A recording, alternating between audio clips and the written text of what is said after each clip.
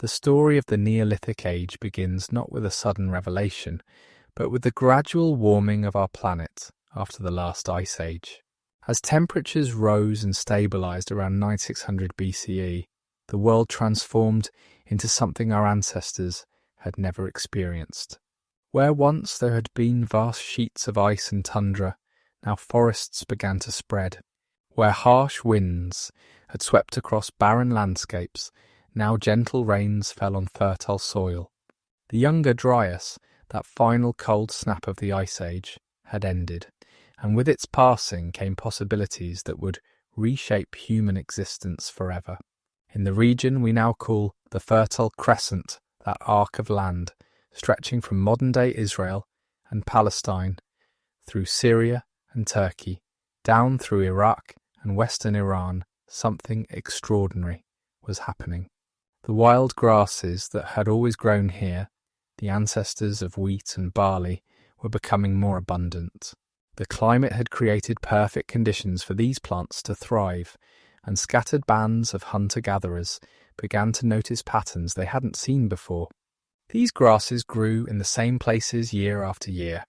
Their seeds, when they fell to the ground, produced new plants in predictable cycles.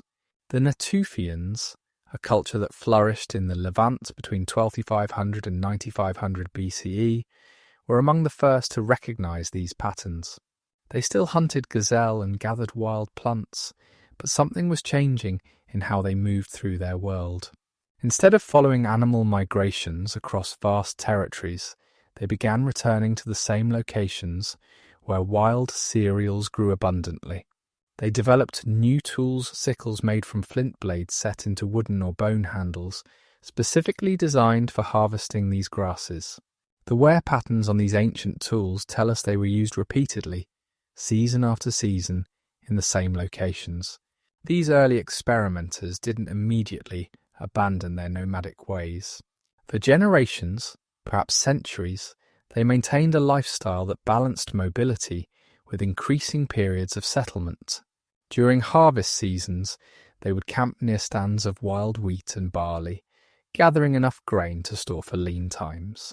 They discovered that if they selected the largest seeds, the ones that clung most firmly to their stalks, rather than scattering in the wind, and planted them deliberately, the resulting plants would produce even better yields. This selection process, though they couldn't have known it at the time, was the beginning of genetic modification through artificial selection. Wild wheat and barley have brittle rachis, the part of the stem that holds the seeds. When ripe, this rachis shatters, scattering seeds naturally. But some plants had a genetic mutation that made their rachis less brittle. In nature, this would be a disadvantage, as the seeds wouldn't disperse effectively. But for humans harvesting grain, these mutant plants were ideal. Their seeds stayed on the stalk until deliberately removed. By preferentially gathering and replanting seeds from these plants, our ancestors inadvertently created the first domesticated crops. The process was remarkably slow by our modern standards. Archaeological evidence suggests it took nearly 3,000 years for fully domesticated wheat to develop from its wild ancestors. Each generation of farmers made tiny, incremental improvements, selecting for traits that made plants more useful to humans. Larger seeds, more seeds per plant, seeds that germinated reliably, plants that grew in denser stands. They couldn't see the changes happening in their lifetimes, but over centuries they were creating entirely new species that could no longer survive without human intervention. At sites like Abu Huraira in Syria, we can trace this transformation in remarkable detail. The site was occupied first by hunter-gatherers around 11 to 500 BCE, who exploited the rich resources of the Euphrates Valley. They hunted gazelle, collected wild plants, and lived in semi-subterranean pit houses. But by 10,000 BCE, the inhabitants of Abu Huraira were cultivating rye, and by 9000 BCE, they were growing domesticated wheat and barley. The archaeological record shows a gradual shift from round pit houses to rectangular mud brick structures, from temporary camps to permanent villages, from hunting and gathering to farming. The implications of this shift extended far beyond simply having a more reliable food source.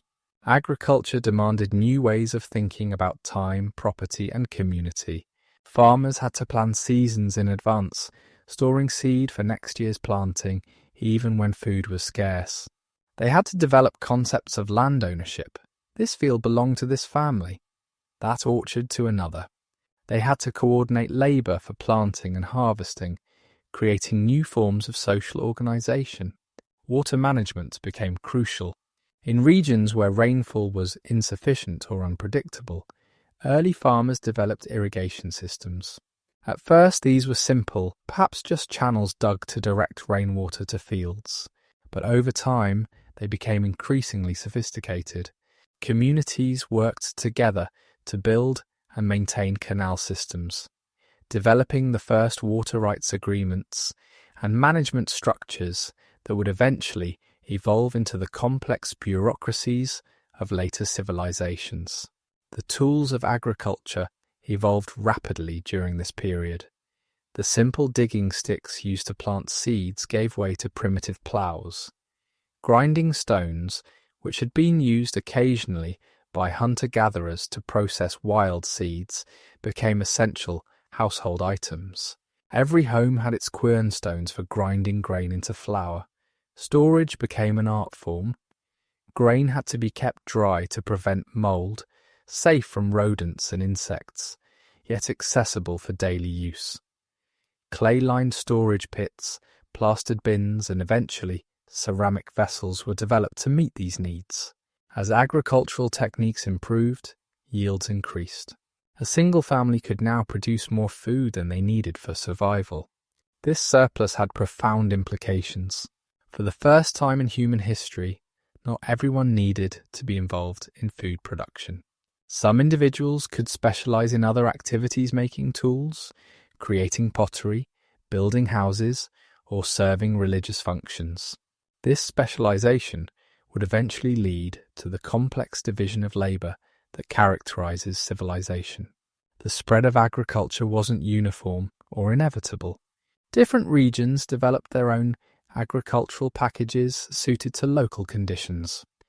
In China, millet was domesticated along the Yellow River around 8000 BCE, while rice cultivation began in the Yangtze River Valley around the same time. In Mesoamerica, maize, beans, and squash, the three sisters, were gradually domesticated beginning around 7000 BCE. In the Andes, potatoes and quinoa became the foundation of agricultural systems. In sub-Saharan Africa, sorghum, African rice, and yams were independently domesticated. Each of these agricultural systems required different techniques, tools, and social organizations. Rice cultivation in Asia led to the development of complex irrigation systems and communal labor arrangements. Maize agriculture in the Americas was often combined with sophisticated forest management techniques. Andean farmers developed elaborate terracing systems to farm steep mountain slopes. These diverse approaches to agriculture would shape the unique characteristics of civilizations that emerged in each region. The environmental impact of early agriculture was already becoming apparent. Forests were cleared for fields, fundamentally altering local ecosystems. Soil erosion became a problem in some areas, particularly where steep slopes were cultivated. The concentration of human and animal waste in permanent settlements created new health challenges. Yet these early farmers were also learning to manage and mitigate these impacts, developing techniques like crop rotation, fallowing, and terracing that would sustain agricultural systems for millennia. The transition from nomadic hunter-gatherer societies to settled agricultural communities represents perhaps the most fundamental transformation in human history. This wasn't simply a change in how people obtained food, it was a complete reimagining of humanity's relationship with the natural world, with each other, and with the very concept of home. For hundreds of thousands of years, humans had lived as mobile bands, following seasonal resources across vast territories. Home was wherever the band made camp for the night. Possessions were limited to what could be carried. Social groups were small, rarely exceeding 25 to 50 individuals. Knowledge of the landscape was extensive, but focused on natural resources, where to find water in the dry season, when certain plants would fruit, the migration routes of game animals. This way of life had sustained our species since its emergence, and it worked remarkably well. The shift to sedentism, permanent or semi-permanent settlement, didn't happen overnight. It was a gradual process that unfolded differently in various parts of the world. In some regions, abundant natural resources allowed hunter-gatherers to remain in one location for extended periods without farming.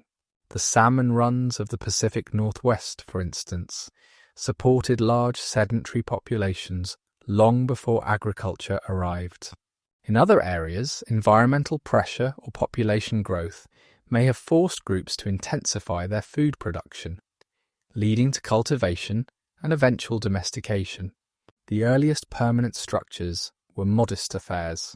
At Göbekli Tepe in southeastern Turkey, dated to around 9600 BCE, we find something unexpected: massive stone pillars arranged in circles, carved with images of animals, built by people who hadn't yet developed agriculture.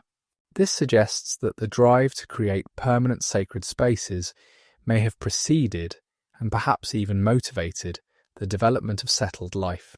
The labour required to construct such monuments would have required many people to gather regularly at the same location, possibly providing the impetus for more permanent settlements. As communities became more sedentary, architecture evolved to meet new needs. The round, semi-subterranean houses of earlier periods gave way to rectangular structures that could be more easily expanded and subdivided. Walls were built from mud bricks, made by mixing clay-rich soil with water and plant materials, then drying them in the sun. These bricks could be produced in large quantities during the dry season and stockpiled for construction projects. The rectangular floor plan allowed houses to share walls, creating more efficient use of materials and space. At Çatalhöyük in central Turkey, occupied from around 7400 to 5700 BCE, we see one of the most remarkable early experiments in urban living. Houses were built directly adjacent to each other, with no streets between them. People entered their homes through openings in the roof, using ladders to descend into living spaces. The rooftops served as thoroughfares and workspaces. This unique architectural arrangement created a highly defensible settlement while maximizing the use of limited space. Inside these early houses we find evidence of increasingly complex domestic life. Ovens and hearths were built into walls and floors. Raised platforms served as sleeping and working areas. Walls were plastered and sometimes painted with elaborate murals depicting hunting scenes, geometric patterns, or abstract designs.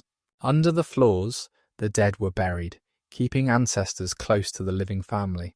Storage bins and chambers were incorporated into house designs, reflecting the need to protect agricultural surpluses. The development of permanent architecture required new technologies and skills. Builders needed to understand structural principles, how to create stable walls, how to support roofs, how to ensure proper drainage. They developed specialized tools for construction levels made from water-filled containers, measuring cords, plumb bobs. The knowledge of how to select and prepare building materials, how to mix plasters and mortars, how to construct different types of roofs for different climates became valuable specialized information passed down through generations. Villages grew larger and more complex over time. What began as clusters of a few families expanded into communities of hundreds, then thousands of individuals. This growth created new challenges and opportunities. Larger populations could undertake more ambitious projects at building defensive walls, creating communal storage facilities, constructing elaborate religious structures. But they also faced new problems: how to manage waste, how to ensure adequate water supply, how to resolve disputes between neighbours, how to organise collective labour. The social implications of settled life were profound. In mobile hunter-gatherer bands, social hierarchies were generally minimal and temporary. Leadership was situational. One person might lead a hunt, another might make decisions about when to move camp. Material possessions were few, and wealth accumulation was impractical. Sharing was essential for survival, as anyone might need help from the group at any time. Settled agricultural life changed these dynamics fundamentally. Land became property that could be owned, inherited, and accumulated. Some fields were more productive than others. Some families were better farmers, or luckier with weather, or had more labour available. Surpluses could be stored and accumulated over years, creating wealth disparities that hadn't existed before. The archaeological record shows increasing evidence of social stratification, larger houses for some families, elaborate grave goods for certain individuals, specialised craft products that only elites could afford. New forms of social organisation emerged to manage these complex communities. Evidence from various Neolithic sites suggests the development of councils or assemblies where community decisions were made. Religious leaders gained influence as intermediaries between communities and the divine forces believed to control agricultural success. Craft specialists, potters, toolmakers, builders, formed distinct social groups with their own traditions and knowledge. The concept of territory became increasingly important. Hunter-gatherer bands had ranging territories, but boundaries were fluid and overlapping. Agricultural communities needed clearly defined fields, pastures, and water rights. Disputes over land and resources became more common and more serious. The first evidence of organised warfare appears during the Neolithic period, not just raids or feuds, but coordinated attacks by one community against another, complete with fortifications, weapons specifically designed for combat against humans, and mass burial sites of violence victims. Yet this period also saw remarkable innovations in peaceful cooperation. Trade networks expanded dramatically, carrying not just finished goods but ideas, technologies, and cultural practices across vast distances. Obsidian from Turkey reached sites throughout the Near East. Shells from the Mediterranean appeared in Central European graves. These trade relationships required new forms of trust and reciprocity, standardized measures and values, and perhaps the earliest forms of credit and debt accounting. The transformation of daily life was complete and irreversible. The rhythms of agricultural seasons replaced the patterns of animal migrations and plant-gathering cycles. Work became more specialised and gender roles more defined, though these varied considerably between cultures. Children grew up in permanent homes, forming attachments to specific places and landscapes. The elderly, who might have been left behind by mobile groups when they could no longer travel, could now remain with their families, their knowledge and experience valuable for community decision-making. Storage of agricultural surpluses created new concepts of time and planning. Farmers had to think in annual cycles, saving seed for next year's planting, rationing food to last until the next harvest. This forward-thinking mentality extended to other aspects of life. Communities planned construction projects that would take years to complete. They invested labour in improvements terracing hillsides, building irrigation channels, planting orchards that wouldn't provide returns for years or even decades. The health impacts of this transformation were mixed. On one hand, food security improved for many people. Starvation became less common in areas with successful agriculture. Population growth accelerated, suggesting improved survival rates. On the other hand, reliance on a limited number of crops led to nutritional deficiencies. Skeletal remains from early agricultural populations often show signs of anemia, vitamin deficiencies, and other diet-related health problems. Living in close quarters with domestic animals and other humans increased the spread of infectious diseases. Dental health declined as diets became dominated by carbohydrate-rich grains.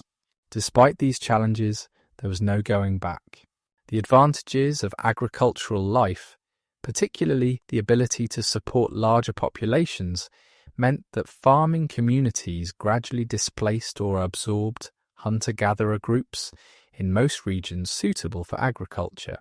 By 5000 BCE, agriculture had spread throughout Europe, much of Asia, and parts of Africa. Independent agricultural revolutions were underway in the Americas. The Neolithic transformation was becoming a global phenomenon. While the domestication of plants fundamentally changed how humans obtained food, the domestication of animals transformed virtually every aspect of human society.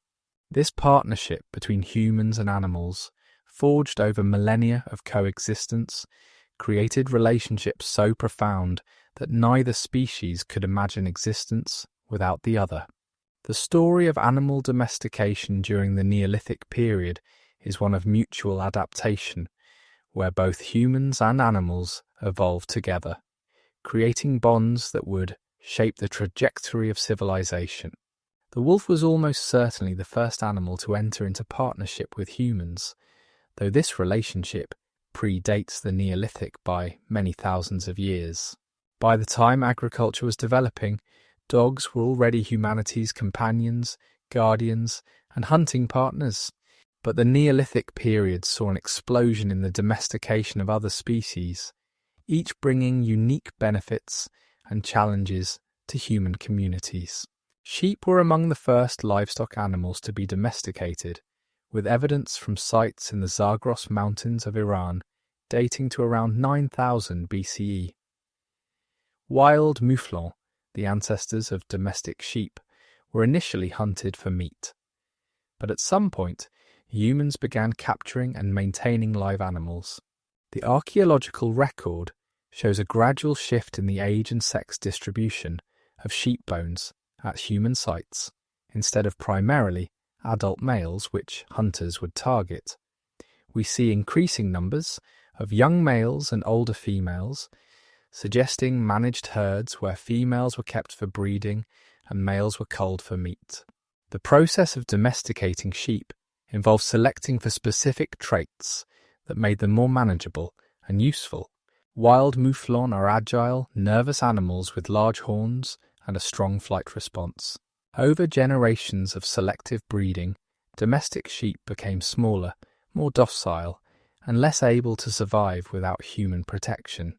Their coats changed. 2 wild mouflons have short brown hair with a small amount of woolly undercoat, but domestic sheep developed thick, continuously growing fleeces that required regular shearing. This wool became one of the most important materials in human society, used for clothing, blankets, rope, and countless other purposes. Goats followed a similar trajectory, domesticated from wild bezoar ibex around the same time and in the same region as sheep. Goats offered different advantages. They could browse on a wider variety of plants, survive in harsher environments, and provide milk more reliably than sheep. The combination of sheep and goats gave early pastoralists flexibility in exploiting different ecological niches. Goats could clear brush and eat plants that other livestock wouldn't touch, while sheep could efficiently convert grass into meat, milk, and wool.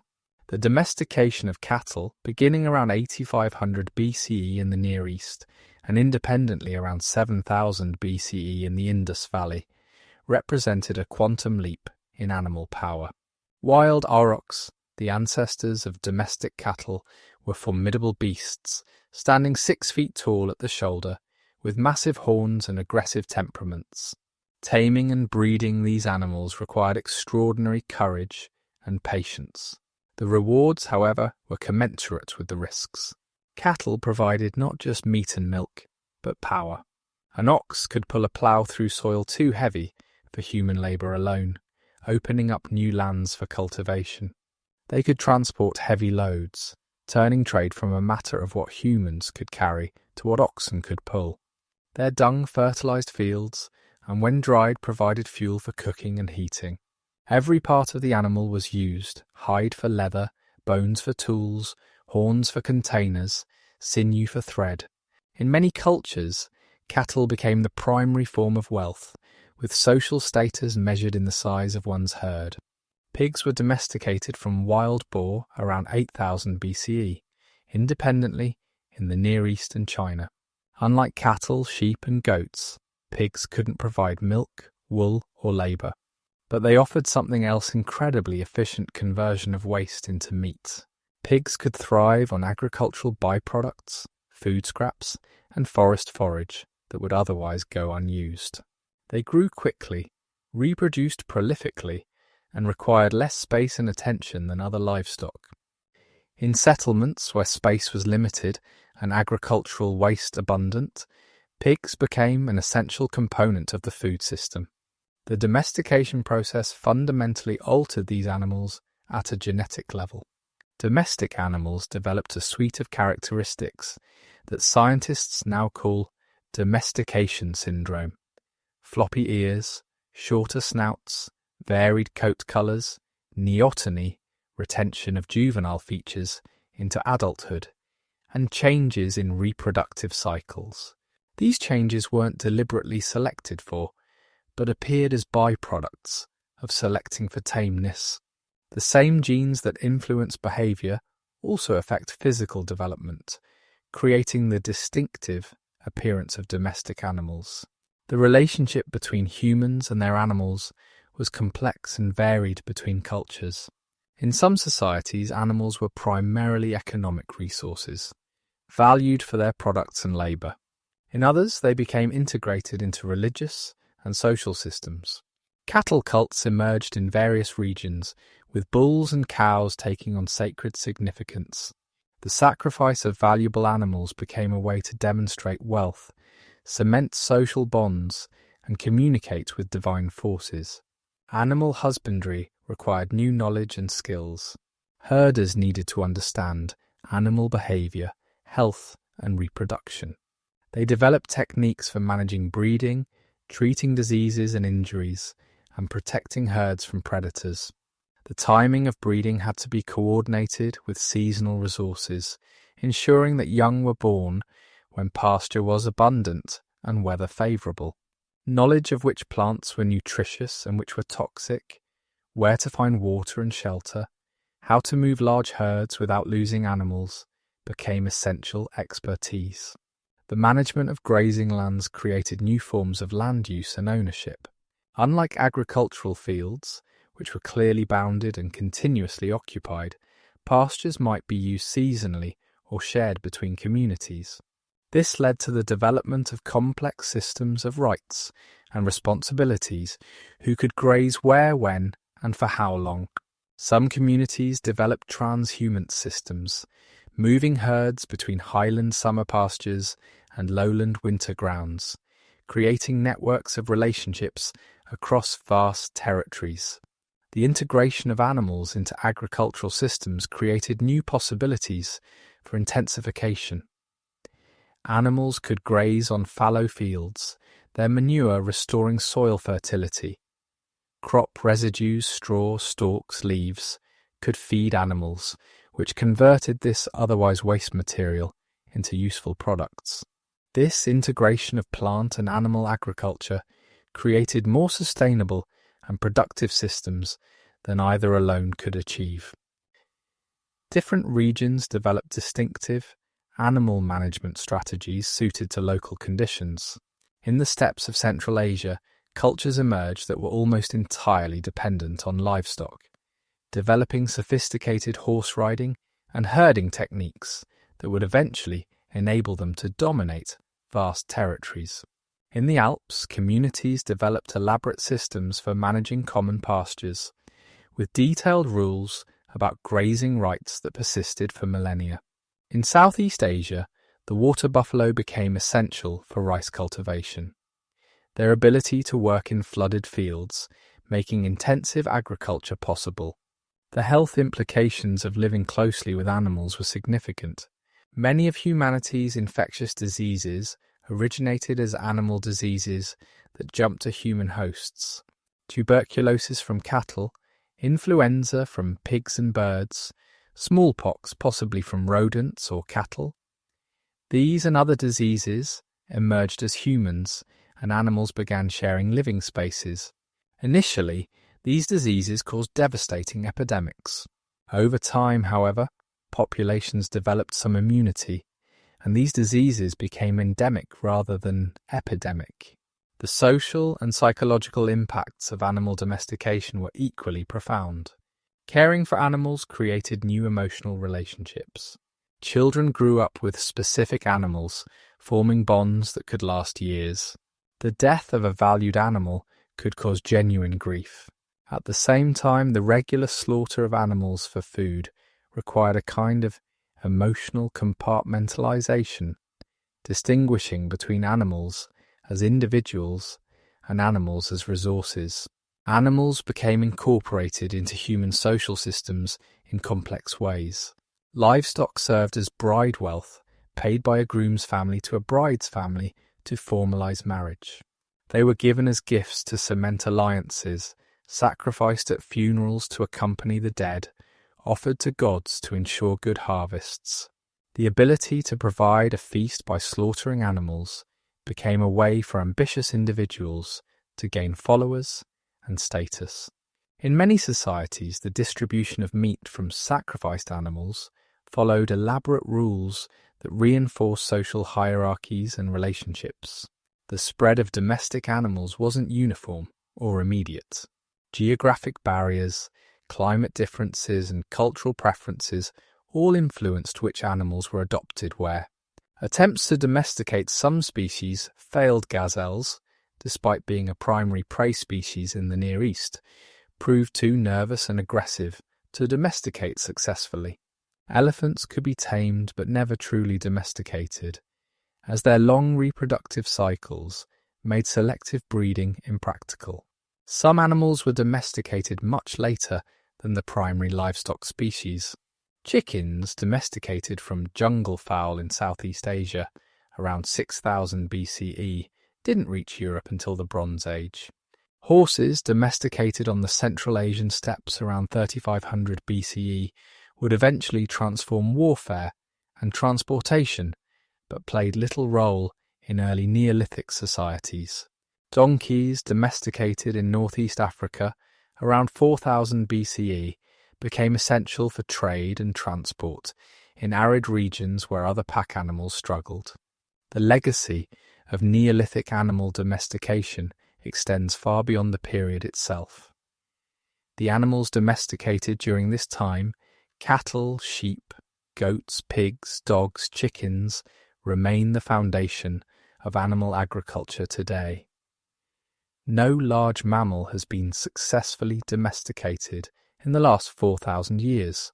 The partnership forged between humans and animals during the Neolithic created interdependencies so deep that many domestic species can no longer survive without human care, while human civilization, as we know it, could not exist without domestic animals.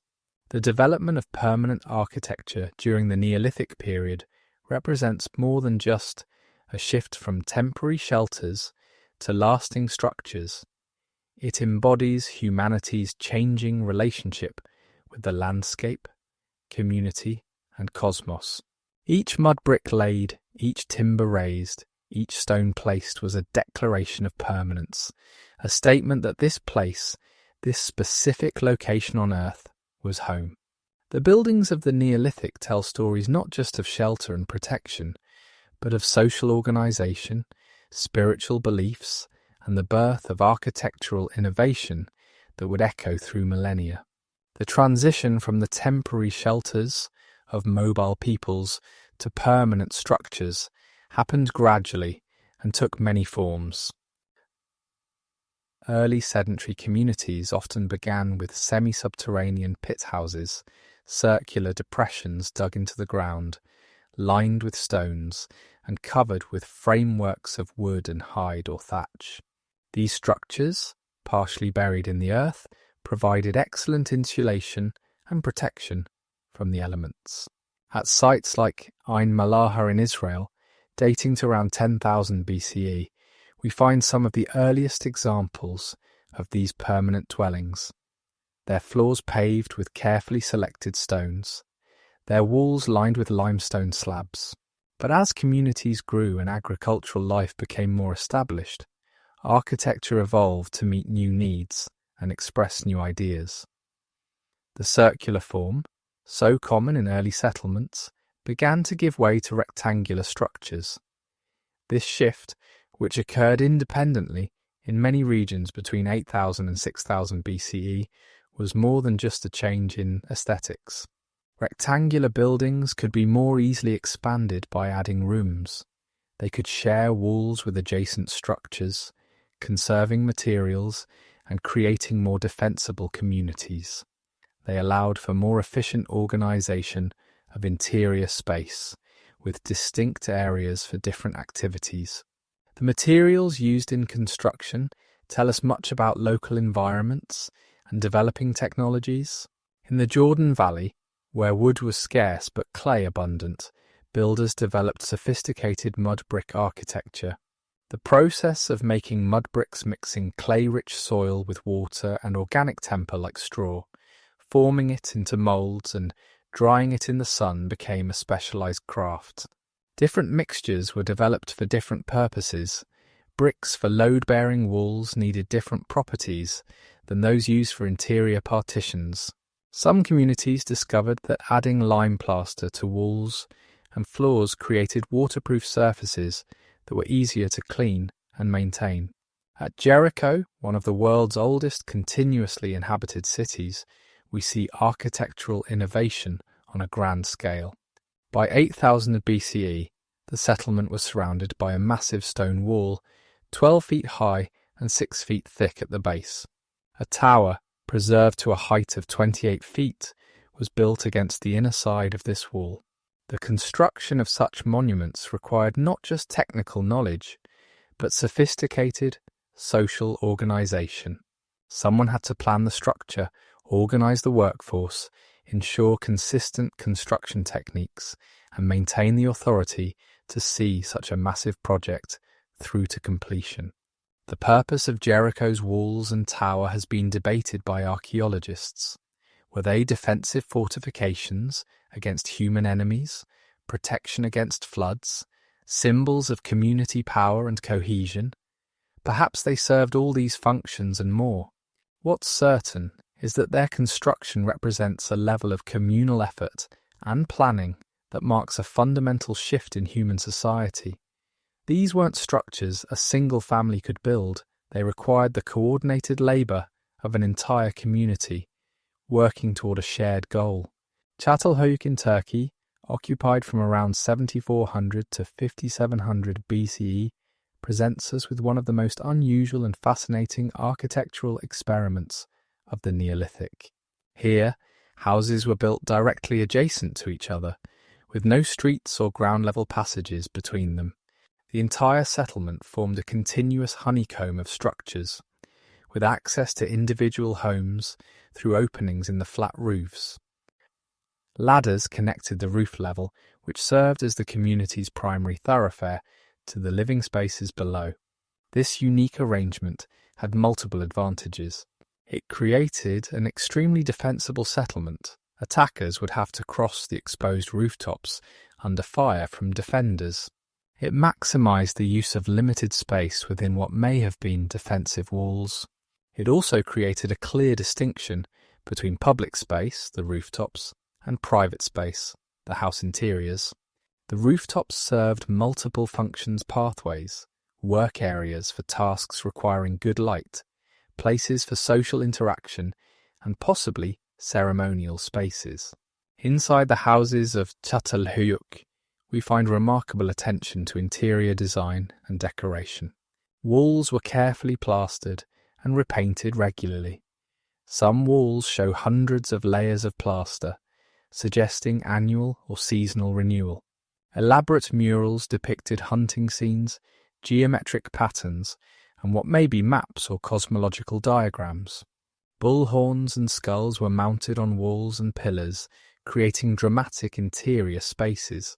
Platforms of different heights divided interior spaces, with the dead buried beneath the floors, in a practice that kept ancestors physically present in daily life. The spiritual and ceremonial architecture of the Neolithic reveals the growing importance of religious and communal rituals. At Göbekli Tepe in southeastern Turkey, dated to around 9600 BCE, massive stone pillars weighing up to 10 tons were carved with elaborate reliefs of animals and abstract symbols, then arranged in circular enclosures. The site predates agriculture in the region, suggesting that the need for ceremonial gathering places may have been one of the drivers of sedentism rather than its result. The construction of Göbekli Tepe required extraordinary effort. The limestone pillars had to be quarried using stone tools, shaped with incredible precision, decorated with complex carvings, then transported to the hilltop site and erected in carefully planned arrangements. The workforce, tools, and food needed for such a project would have required unprecedented levels of organisation and resource mobilisation. Yet this was built by people who hadn't yet developed pottery or metal tools, demonstrating that architectural ambition far exceeded technological limitations. Similar monumental architecture appeared across the Neolithic world, each culture developing its own architectural vocabulary. In Western Europe, the tradition of megalithic architecture structures, built from massive stones, emerged around 5000 BCE. Dolmens, passage graves and stone circles required communities to move stones weighing many tons, sometimes over considerable distances. The effort involved suggests these structures held profound significance for their builders, likely serving as territorial markers, ancestral shrines, and astronomical observatories. Domestic architecture also became increasingly sophisticated. Houses developed specialized spaces for different activities. Separate areas for food preparation, storage, sleeping, and craft production became common.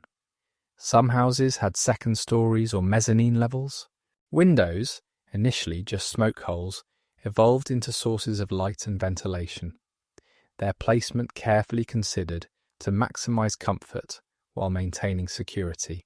Doorways, often placed at corners rather than centers of walls, created more usable interior space and better traffic flow.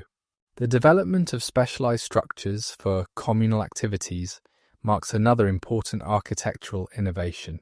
Granaries for storing community surpluses appear at many sites, their construction requiring moisture-proof foundations, vermin-resistant walls, and weatherproof roofs.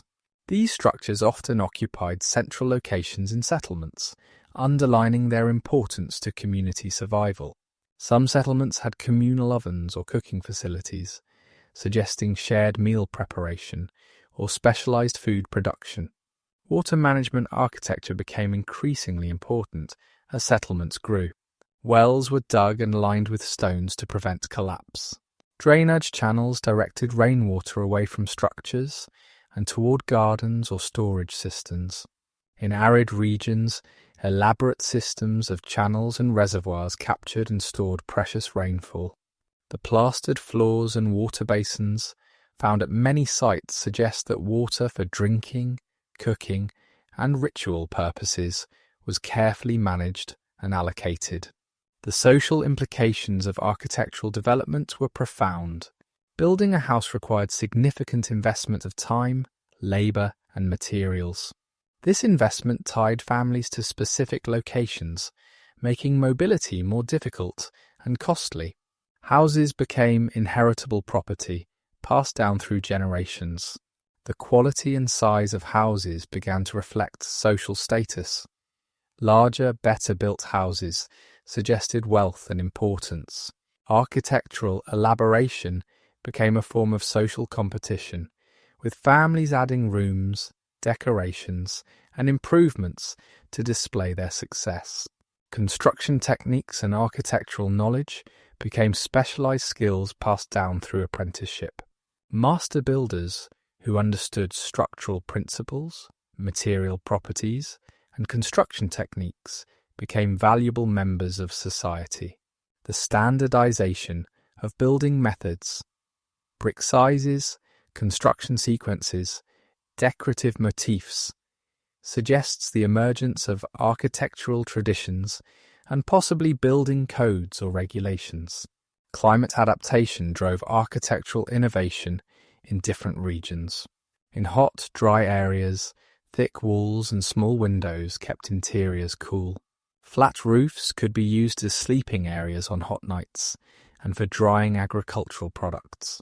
In cold regions, houses were built with lower ceilings to conserve heat, with hearths carefully positioned to maximize warmth while allowing smoke to escape.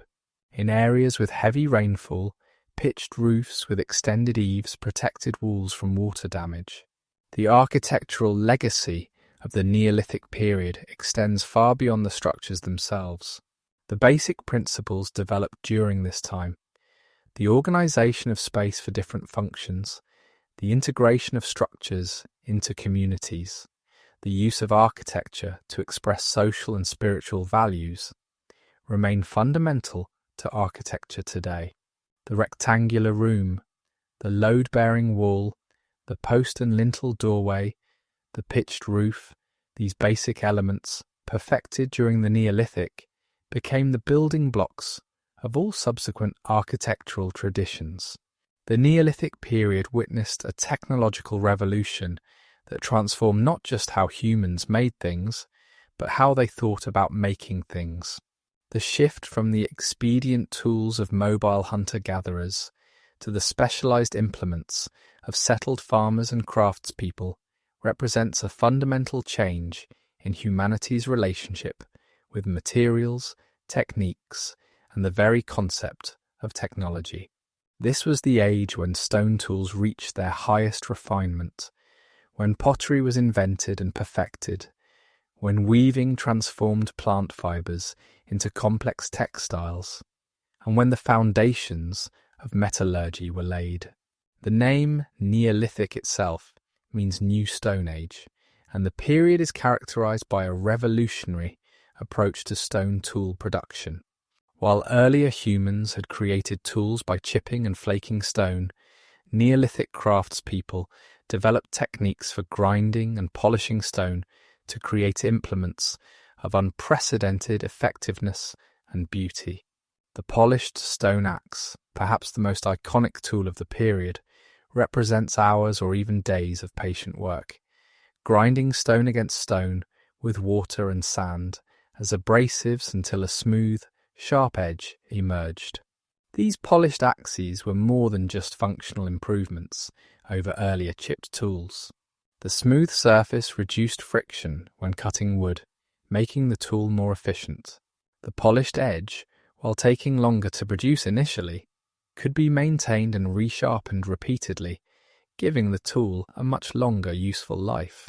But beyond these practical advantages, the lustrous surface of a polished stone axe carried social and possibly spiritual significance.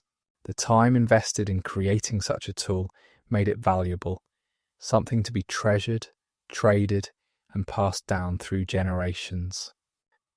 The production of ground stone tools required new forms of organization and specialization. Quarries where particularly suitable stone could be obtained became important sites, sometimes controlled by specific communities who traded their products across vast networks. The greenstone quarries of the Alps, the flint mines of England and Poland, the obsidian sources of Turkey and the Mediterranean islands. These became centres of specialised production, where skilled craftspeople transformed raw stone into finished tools that might travel hundreds of miles from their source. Different stones were selected for different purposes, revealing sophisticated understanding of material properties. Obsidian, volcanic glass that could be chipped to an edge sharper than modern surgical steel, was prized for cutting implements, despite being brittle. Jade and other hard stones that could take a high polish were used for prestige items and ceremonial tools. Sandstone, with its abrasive surface, was ideal for grinding implements. Basalt, tough and resistant to fracture, was perfect for hammerstones and crushing tools. The toolkit of the Neolithic farmer was diverse and specialized. Sickles for harvesting grain incorporated multiple small flint blades set into wooden or bone handles, creating a serrated cutting edge that could be maintained by replacing individual blades as they wore out. The polish that developed on these blades from repeatedly cutting silica-rich grain stalks, called sickle sheen by archaeologists, allows us to identify harvesting tools even when their handles have long since decayed. Grinding technology underwent massive development during the Neolithic. The simple cobbles used occasionally by hunter-gatherers to process seeds evolved into sophisticated querns and mortars. The saddle quern, a large flat stone on which grain was placed, with a smaller stone rubbed back and forth on top, became a standard household item. Over time, these evolved into more efficient designs. Rotary querns, where one circular stone rotated on top of another, appeared late in the Neolithic, dramatically increasing the efficiency of grain processing. But perhaps no technological innovation of the Neolithic had greater impact than the invention of pottery. The ability to create waterproof, heat-resistant containers from clay revolutionized cooking, storage, and social life. The earliest known pottery comes from East Asia, with fragments from China dating to around 18,000 BCE, well before the development of agriculture. But it was during the Neolithic that pottery became widespread and essential to daily life across much of the world. The discovery that clay, when heated to sufficient temperature, undergoes an irreversible chemical transformation that turns it into ceramic was one of humanity's first ventures into deliberately transforming materials at a molecular level. Early potters had to master numerous variables: the selection and preparation of clay, the addition of temper to prevent cracking, the forming of vessels, the control of drying to prevent warping, and the management of firing temperature and atmosphere to achieve desired results. Different forming techniques developed in various regions. In some areas, vessels were built up from coils of clay smoothed together to create walls. Others used paddle and anvil techniques, beating the clay into shape with wooden tools. The pottery wheel, appearing late in the Neolithic in Mesopotamia, would eventually revolutionize ceramic production. But for most of the period, pottery was hand-formed, each piece unique.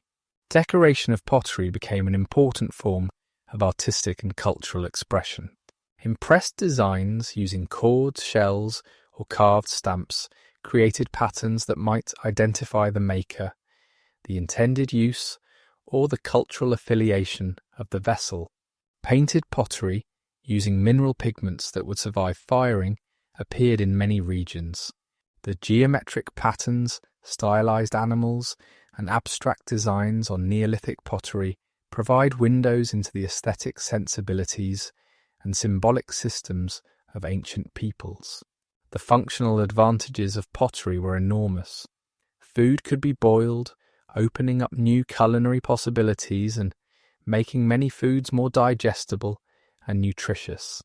Fermentation became possible, leading to the production of beer, wine, and fermented foods that could be stored for long periods. Liquids could be stored and transported more easily. Pottery vessels could be made in specific shapes for specific purposes. Wide-mouthed jars for storage, narrow-necked bottles for liquids, shallow bowls for serving, specialized vessels for brewing or cheese-making. Textile production represents another revolutionary technology of the Neolithic. The invention of spinning, twisting plant or animal fibers into continuous threads and weaving, interlacing these threads to create fabric transformed how humans protected themselves from the elements and expressed their identity. The earliest evidence of textile production is indirect spindle whirls, loom weights, and impressions of fabric on pottery, as organic fibers rarely preserve in archaeological sites. Flax, domesticated primarily for its oil-rich seeds, also provided fibers that could be processed into linen. The production of linen was labour-intensive. Plants had to be harvested, retted, rotted to separate fibers from stems, beaten, combed, spun into thread, and finally woven into cloth. Despite this effort, linen became one of the most important textiles of the ancient world, prized for its coolness in hot climates and its ability to be woven into very fine fabrics. Wool processing developed as sheep were bred to produce more and better fleece. Unlike plant fibers, wool could be spun without extensive preparation, though cleaning, carding, and combing improved the quality of the thread. The natural oils in wool made it somewhat water-resistant, and its insulating properties made it ideal for cold climates. The development of different sheep breeds, producing different qualities of wool, allowed for a variety of textiles, from coarse blankets to fine garments. The loom evolved from simple frames to complex devices capable of producing intricate patterns. The warp-weighted loom, where vertical threads were held taut by clay or stone weights, became common in Europe. The ground loom, where the weaver sat on the ground with the warp stretched horizontally, was preferred in other regions. These different technologies produced different types of cloth and required different skills and working positions. Dyeing added colour to textiles, transforming them from purely functional items to expressions of status and identity. Natural dyes from plants, insects, and minerals were discovered and cultivated. Madder root produced reds, woad and indigo gave blues. Various plants yielded yellows and greens. The knowledge of which plants produced which colours, how to mordant fibres to fix dyes, how to combine dyes to achieve desired shades, became specialised information, valuable for trade and cultural expression. Basketry and map-making, while leaving fewer archaeological traces than pottery or stone tools, were probably equally important technologies. Baskets could be made quickly from locally available materials and were lighter than pottery for transport. Waterproof baskets, sealed with pine pitch or other resins, could hold liquids. Mats provided flooring, roofing, and wrapping materials. The techniques of coiling, plaiting, and twining developed for basketry influenced textile production and possibly pottery decoration. Woodworking, though poorly preserved in the archaeological record, underwent significant development. The polished axes of the Neolithic made tree felling and wood shaping much more efficient. Mortise and tenon joints, dovetails, and other complex joinery techniques developed for furniture and building construction. Specialized tools, chisels, gouges, adzes, drills, were created for different woodworking tasks. Wooden bowls, spoons, handles for tools, and countless other items became part of daily life. The production of adhesives and binders represents another technological achievement often overlooked. Birch bark tar, produced by heating birch bark in the absence of oxygen, created a strong adhesive for hafting stone tools to wooden handles. Pine resins, beeswax, and various plant gums were used for waterproofing, sealing, and adhesion. Lime plaster, made by burning limestone and mixing the resulting quicklime with water, provided a durable surface for floors and walls. Leatherworking developed as a major craft. The processing of animal hides into leather required knowledge of how to remove hair, how to prevent decay, and how to create supple, durable material. Different tanning methods using brains, urine, or plant tannins produced different qualities of leather. Leather provided clothing, footwear, containers, rope, and countless other necessities. The tools for leatherworking, scrapers, awls, needles, became increasingly specialized. The emergence of craft specialization during the Neolithic marks a fundamental shift in how societies organize production. In hunter-gatherer societies, most individuals possessed the full range of skills needed for survival.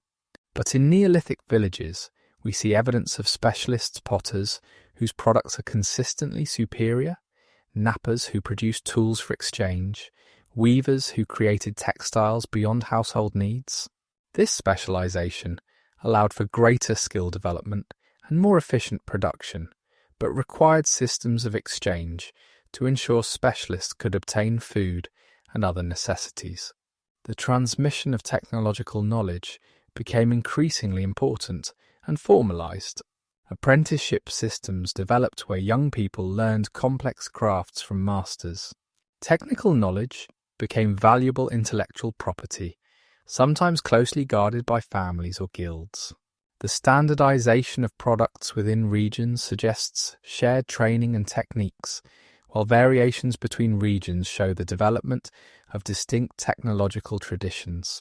Innovation accelerated as settled life allowed for experimentation and the accumulation of knowledge across generations.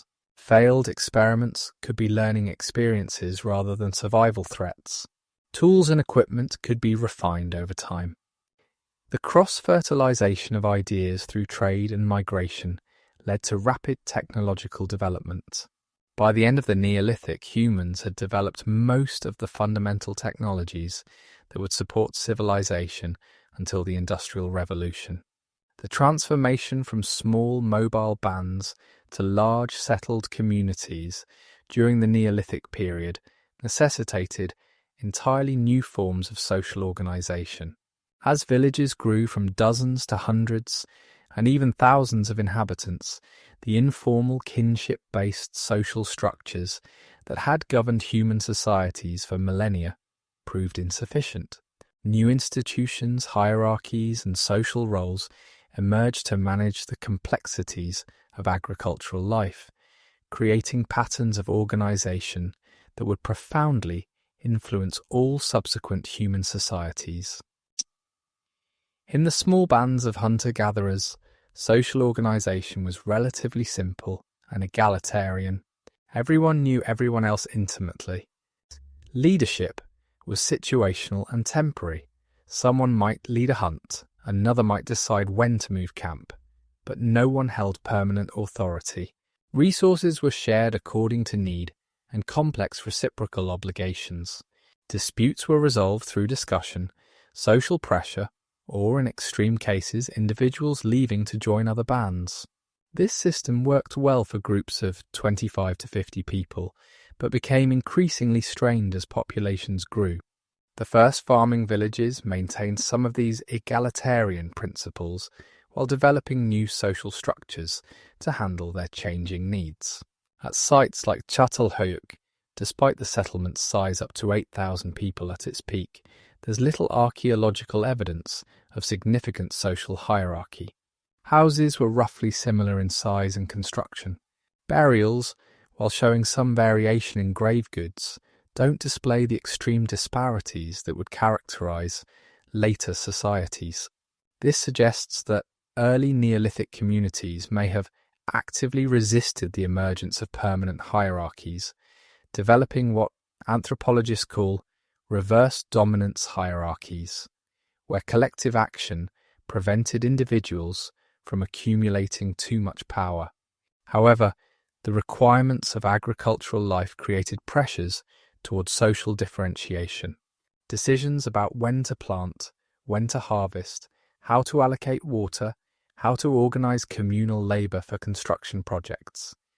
These required some form of leadership and coordination. Evidence suggests that early farming communities developed various solutions to these challenges. Some operated through councils of elders or household heads. Others may have had temporary leaders selected for specific tasks or seasons. Religious specialists might have provided guidance based on ritual calendars and divination. The household emerged as the fundamental social and economic unit of Neolithic society. Unlike the flexible composition of hunter-gatherer bands, agricultural households were more stable and defined.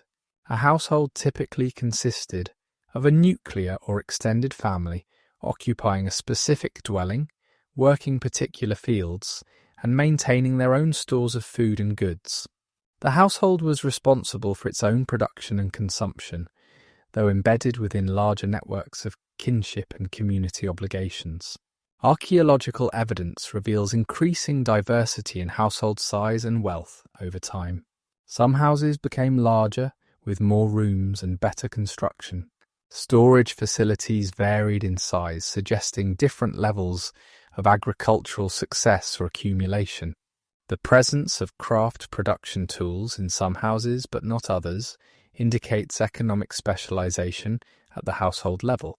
These differences, initially perhaps minor and temporary, gradually solidified into more permanent social distinctions. Kinship systems became more complex and formalized in agricultural societies. Descent lines, who was related to whom and how, became crucial for determining inheritance of land and property. Different societies developed different systems: patrilineal, tracing descent through fathers, matrilineal through mothers, or bilateral through both. These weren't just abstract genealogies, but practical systems that determined access to resources, obligations for support, and eligible marriage partners. Marriage patterns changed significantly with sedentary life. In mobile societies, finding marriage partners required interaction with other bands, creating networks of relationships across territories. In settled communities, marriages might be arranged within the village or with neighbouring settlements, creating alliances and exchange relationships. The emergence of property that could be inherited made marriage more economically significant. Bride wealth, or dowries, transfers of goods between families at marriage, became common, formalising relationships and creating mutual obligations. The division of labour became more pronounced and specialised in Neolithic communities. While hunter-gatherer societies had some division of labour, primarily along age and gender lines, agricultural societies developed much more complex systems. Beyond the basic distinction between farmers and herders, specialists emerged: potters, weavers, tool makers, builders, religious practitioners. This specialization increased efficiency, but also created interdependence. Specialists needed farmers to provide food, while farmers needed specialist products. Gender roles, while varying considerably between cultures, generally became more differentiated in agricultural societies. The physical demands of ploughing, more common after animal domestication, often became associated with men, while the processing of agricultural products, grinding grain, brewing, textile production, frequently became women's work. However, these patterns were far from universal. In some societies, women were the primary farmers while men focused on herding or hunting. The archaeological record shows women buried with farming tools in some cultures, suggesting their central role in agriculture. Age-based hierarchies became more significant in settled communities. Elders, who might have been left behind by mobile groups, could now remain with their communities. Their knowledge of seasonal patterns, agricultural techniques, and community history making them valuable advisors. The concept of ancestors became more important when people were buried beneath house floors or in community cemeteries. Their presence, a constant reminder of family lines and traditions. Social stratification, while initially limited, gradually became more pronounced. Several factors contributed to this development. Some families had better land or were better farmers. Success in one year could be invested in improvements, better tools, more animals, larger fields, that increased advantages in subsequent years. Craft specialists, who produced valuable goods, could accumulate wealth through trade. Religious or political leaders might receive tribute or gifts that elevated their status. The archaeological record from late Neolithic sites shows clear evidence of emerging elites. At sites like Varna in Bulgaria, dating to around 4500 BCE, some burials contain extraordinary amounts of gold jewellery and other precious objects, while others have few or no grave goods. Large houses, sometimes separated from ordinary dwellings, suggest the emergence of chiefly or elite residences. Specialized craft products, fine pottery, exotic stones, metal objects appear concentrated in certain contexts, suggesting restricted access to luxury goods. Conflict resolution became more complex in larger communities, where people couldn't simply leave if disputes arose. Systems of mediation and adjudication developed, possibly involving councils, religious leaders, or emerging chiefs. The concept of justice standardized punishments for specific offences began to replace the more fluid negotiation of hunter-gatherer societies. Property crimes, unknown in societies without property, required new forms of punishment and restitution. Community identity became increasingly important as settlements grew and multiplied. Distinctive pottery styles, architectural traditions, burial practices, and other cultural markers distinguished one community from another. These differences weren't just stylistic but carried social meaning, identifying insiders and outsiders, potential marriage partners and enemies, trading partners and competitors. Shared rituals, festivals, and construction projects reinforced community solidarity. The management of communal resources required new forms of organization. Irrigation systems, defensive walls, communal storage facilities, religious buildings, these required collective decision-making and labor organization.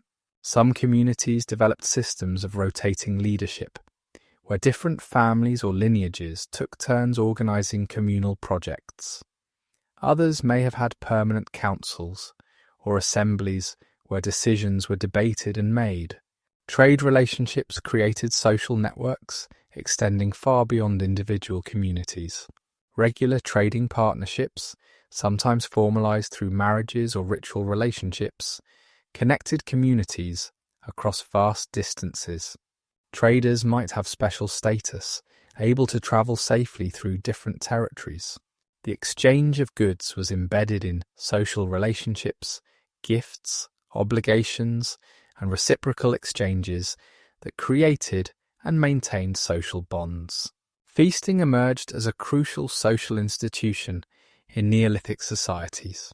The ability to provide food for large gatherings through successful farming, hunting, or trade became a way to gain prestige and followers.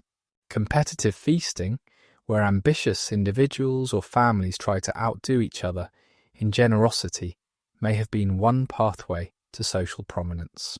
The remains of large-scale food preparation and consumption at many sites suggest that communal feasts were regular occurrences, serving to redistribute resources, reinforce social bonds, and mark important events.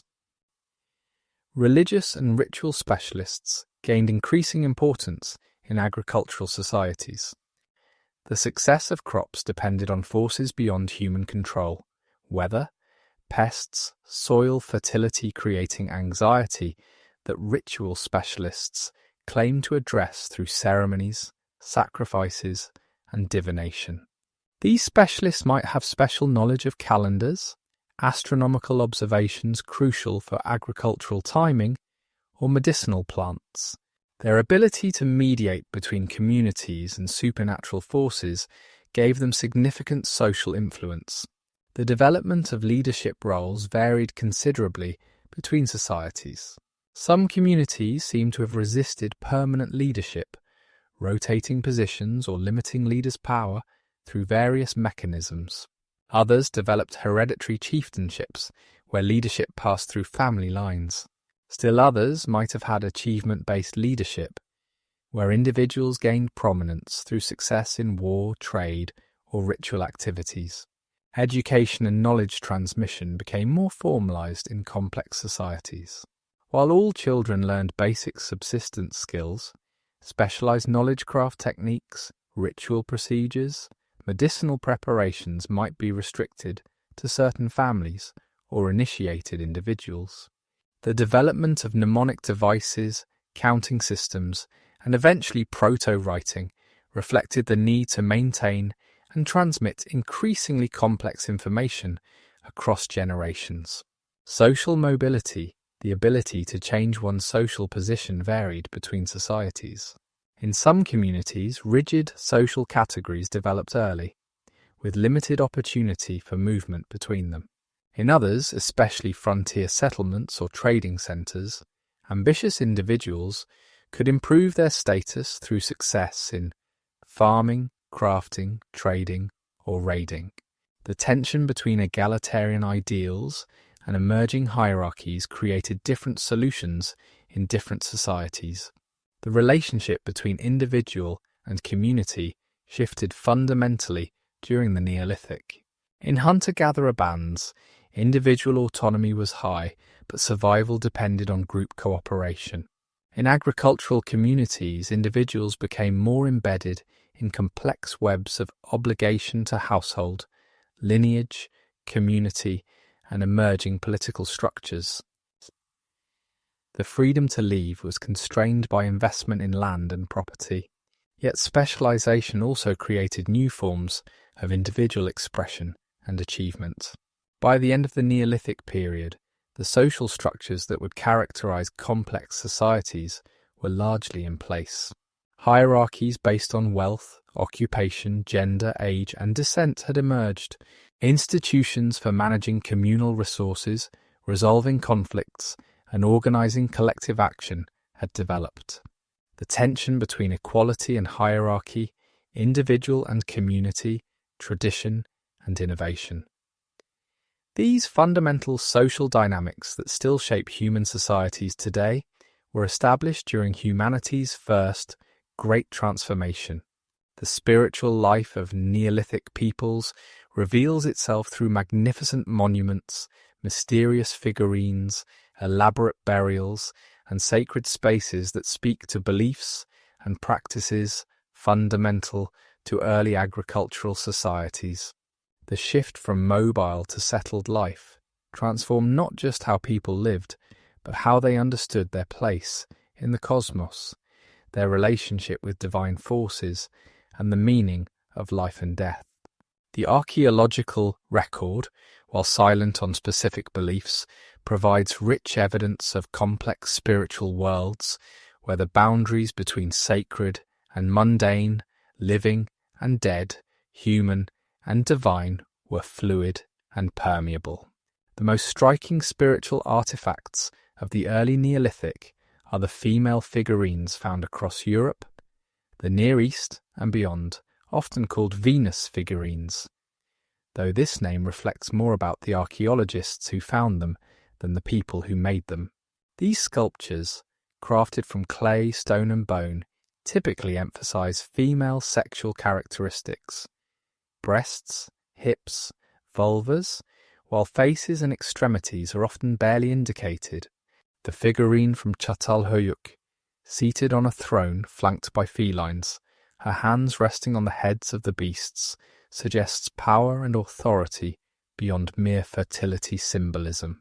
Interpretations of these figurines have varied wildly: goddesses presiding over agricultural fertility, ancestral mothers, teaching aids for midwifery, toys, or even ancient pornography. What seems clear is that they held significance related to femininity, reproduction, and possibly the generative powers that agricultural peoples saw reflected in both human fertility and the earth's productivity. The care taken in their creation, the contexts in which they're found, often in houses near hearths or grain storage areas, suggest they played important roles in domestic rituals. The treatment of the dead underwent profound changes during the Neolithic, reflecting new concepts of ancestry, property, and community. While some hunter-gatherer groups had elaborate burial practices, the Neolithic saw an explosion in the diversity and complexity of mortuary rituals. At Çatalhöyük, the dead were buried beneath the floors of houses, keeping ancestors physically present in daily life. Bodies were often processed before burial, exposed to remove flesh. Disarticulated, sometimes with skulls removed for separate treatment.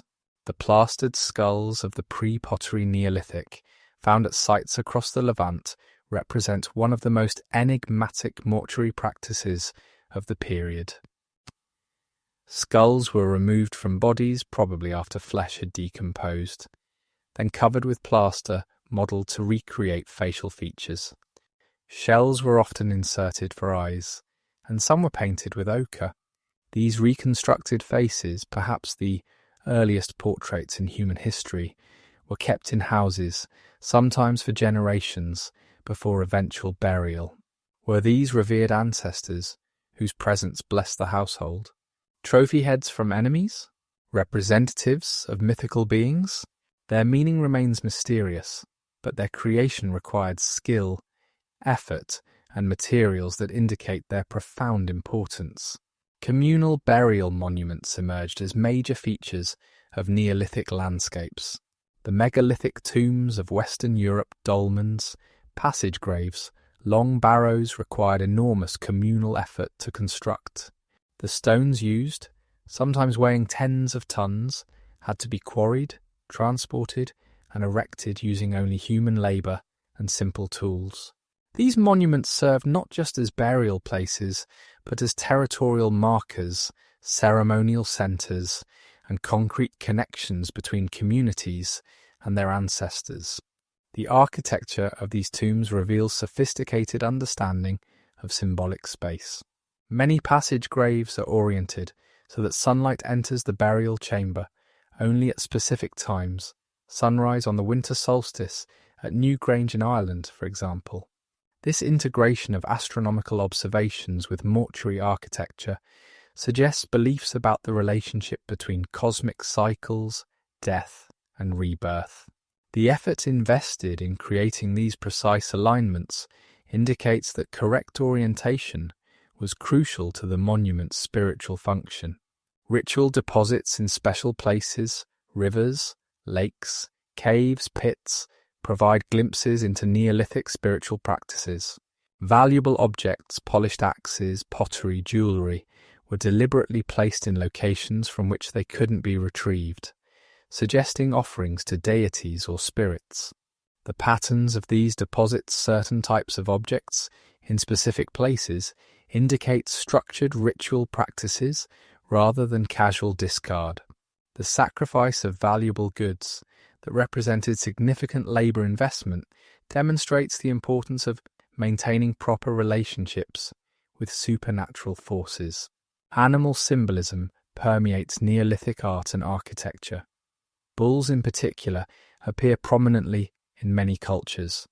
At Çatalhöyük, bull horns and skulls were mounted on walls, creating dramatic shrine-like spaces. The massive bull reliefs at sites like Göbekli Tepe suggest the animal's power and virility held deep spiritual significance.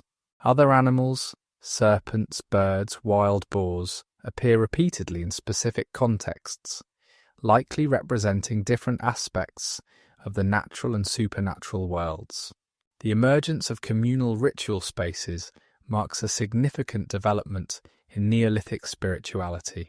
At Göbekli Tepe, the massive stone circles with their carved pillars represent the earliest known monumental architecture, predating agriculture in the region. The site appears to have been purely ceremonial. No evidence of permanent habitation has been found. Groups must have gathered here periodically for rituals that required the presence of many people, possibly from different communities. These gathering places served multiple functions beyond purely spiritual ones. They were venues for exchange of goods, genes and ideas. Young people from different groups could meet potential marriage partners. Knowledge about agricultural techniques, craft production, and other innovations could spread. Alliances could be negotiated and conflicts resolved.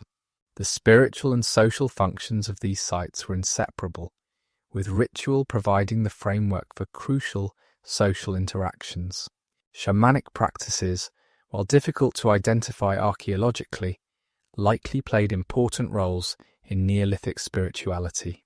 Depictions of human-animal hybrids, evidence of hallucinogenic plant use, and burial goods suggesting special ritual roles all point to the presence of religious specialists who mediated between human and spirit worlds. These practitioners might have been responsible for healing, divination, weather magic, and maintaining the complex ritual calendars that agricultural life required. The development of agricultural cycles created new spiritual concerns and practices. The anxiety of waiting for seeds to germinate, for rains to come at the right time, for crops to ripen without disease or pest damage. These uncertainties demanded spiritual responses, rituals to ensure fertility, to protect crops, to thank supernatural forces for successful harvests became central to community life. The seasonal cycle of death and rebirth visible in plant life likely influenced concepts of human death and potential afterlife. Sacred landscapes emerged as communities invested specific places with spiritual significance. Mountains, springs, caves, and unusual rock formations became focuses of ritual activity. Paths connecting sacred sites created ritual landscapes that structured how people moved through and understood their territories. The investment of meaning in landscape features created shared cultural maps that bound communities together and distinguished them from outsiders who didn't share these sacred geographies. Sacrifice, both animal and possibly human, became part of Neolithic ritual practice. The remains of animals killed in non-utilitarian ways, whole animals buried in pits, specific body parts deposited in particular contexts, suggest ritual killing for spiritual purposes. More controversially, some burials showing signs of violent death in ritual contexts have been interpreted as human sacrifice, though distinguishing sacrifice from execution or other forms of killing remains problematic. Astronomical observations became increasingly important in Neolithic spirituality. The movements of sun, moon, and stars provided calendrical information crucial for agricultural timing, but they also seem to have held deeper significance. Monuments aligned with celestial events, symbols that may represent astronomical phenomena, and the integration of sky observations into mythology all suggest that Neolithic peoples saw the cosmos as intimately connected to earthly life. Fertility cults focused on ensuring the reproduction of plants, animals, and humans appear to have been central to many Neolithic belief systems. The abundance of female figurines, phallic symbols, and representations of copulation found at many sites suggests that sexuality and reproduction were seen as sacred forces. The parallel between human sexuality and agricultural fertility, planting seeds, nurturing growth, harvesting produce, provided a rich metaphorical framework for understanding both human and natural worlds. Water held special sacred significance in many Neolithic cultures. Springs and wells were often sites of ritual deposition. The effort invested in creating water features at some sites, pools, channels, basins, that seem to have no practical function suggests ritual use.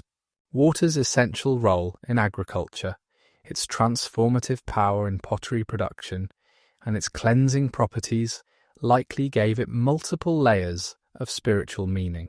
The development of ritual calendars structured Neolithic spiritual life.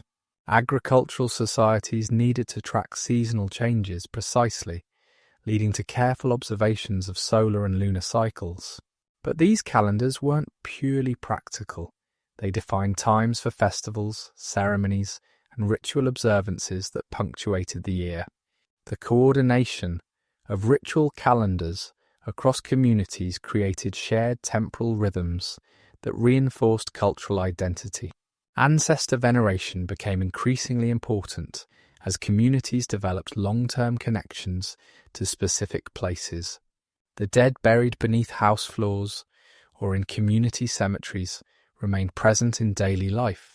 Genealogies connecting living people to founding ancestors legitimized claims to land and resources. The wisdom and protection of ancestors were invoked in times of crisis. Maintaining proper relationships with ancestors through offerings and rituals ensured community well-being. Symbolic systems grew increasingly complex during the Neolithic, with recurring motifs appearing across various media pottery, architecture, figurines, and rock art. Spirals, meanders, zigzags, and other geometric patterns may have carried specific meanings lost to us now.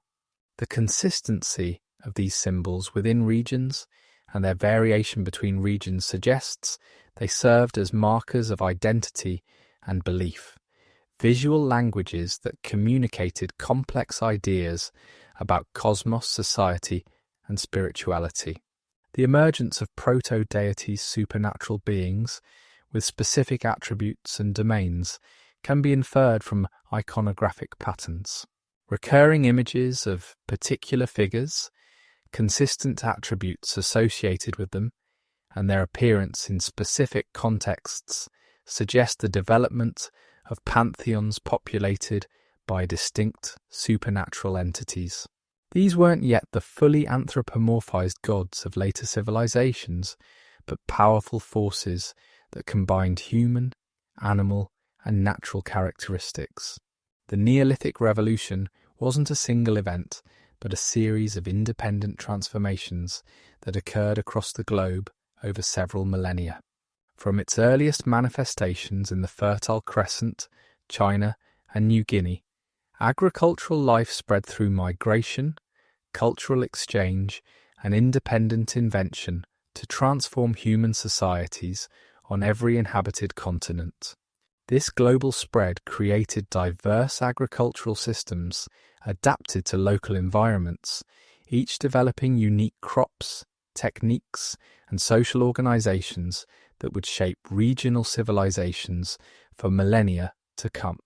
In Europe, the spread of agriculture from the Near East began around 7000 BCE, following two primary routes. Along the Mediterranean coast, seafaring farmers' island hopped from Anatolia to Greece, then westward to Italy, southern France, and Iberia. These maritime pioneers brought with them a full agricultural package: wheat, barley, lentils, sheep, goats, and cattle, along with pottery traditions and architectural styles that can be traced back to their Near Eastern origins. The speed of this coastal spread was remarkable, reaching Portugal by 5500 BCE. The second route followed the Danube River Valley into the heart of Europe. Farmers moving northwest from the Balkans found fertile soils and familiar temperate climates along river valleys. The linear pottery culture, named for the distinctive decorations on their ceramics, spread rapidly across Central Europe between 5500 and 4500 BCE.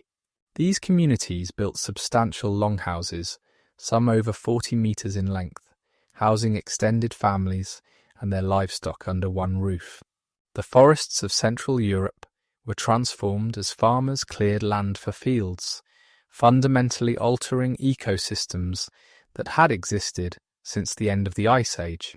The interaction between incoming farmers and indigenous hunter-gatherers was complex and varied. In some regions, genetic evidence suggests substantial replacement of hunter-gatherer populations. In others, indigenous peoples adopted agricultural techniques while maintaining their genetic and cultural distinctiveness. Along the Atlantic coast, Mesolithic peoples with sophisticated maritime adaptations selectively adopted elements of the Neolithic package while maintaining their own traditions. This created hybrid cultures, combining farming with intensive exploitation of marine resources. In Scandinavia, the spread of agriculture was particularly gradual. The rich marine resources of the Baltic and North Atlantic allowed hunter-gatherer fishers to maintain dense, complex societies without farming. When agriculture finally arrived around 4000 BCE, it was adopted piecemeal, with communities maintaining diverse subsistence strategies, combining farming, herding, hunting, and fishing. The harsh northern climate required adaptations, hardier crop varieties, emphasis on animal husbandry, and seasonal mobility patterns that persisted alongside agricultural life. The British Isles, separated from continental Europe by rising sea levels, developed a distinctive Neolithic tradition after agriculture arrived around 4000 BCE. The monumental architecture that emerged causewayed enclosures, cursus monuments, henges, and eventually Stonehenge suggests complex societies with the ability to mobilize massive communal labour. The integration of astronomical observations into monument construction indicates sophisticated knowledge systems adapted to maritime environments where weather prediction was crucial for both farming and seafaring. In Asia, multiple centres of agricultural development created diverse farming systems. The Yellow River Valley in northern China saw the domestication of millet by 8000 BCE, with communities developing dryland farming techniques suited to seasonal rainfall patterns. Foxtail and broomcorn millet, drought-tolerant and nutritious, became the foundation of northern Chinese agriculture. These early farmers lived in semi-subterranean houses, stored grain in underground pits, and developed distinctive pottery traditions, including some of the earliest known ceramic vessels. The Yangtze River Valley developed rice agriculture around the same time, creating a fundamentally different agricultural system. Rice cultivation, particularly wet rice farming in flooded fields, required intensive labour and sophisticated water management, but provided extremely high yields. The development of paddy field systems transformed lowland landscapes across East and Southeast Asia. The social organisation required for paddy construction and maintenance coordinated labour, water-sharing agreements, synchronised planting schedules, shaped the collective social structures characteristic of rice-growing societies. The spread of agriculture from these Chinese centres was gradual and multi-directional.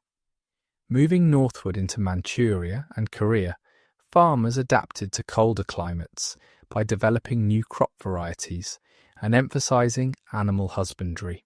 Southward expansion into Southeast Asia required adaptation to tropical environments, leading to the integration of indigenous crops like taro and banana with introduced grains.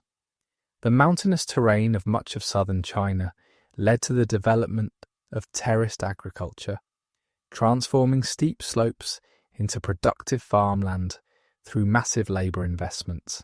The Indian subcontinent developed its own agricultural traditions, with wheat and barley cultivation in the northwest connecting to Near Eastern traditions, while indigenous domestication of rice, pulses, and other crops occurred in various regions.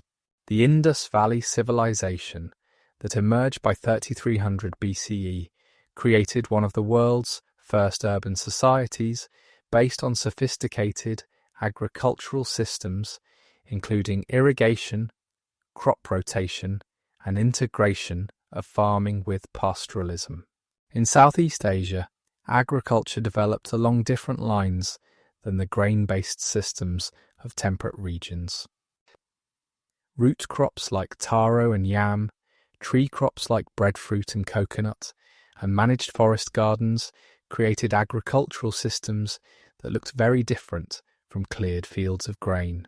These systems, sometimes called viticulture, as opposed to seed culture, involved sophisticated forest management, creating anthropogenic ecosystems that provided diverse foods, materials, and medicines while maintaining forest cover.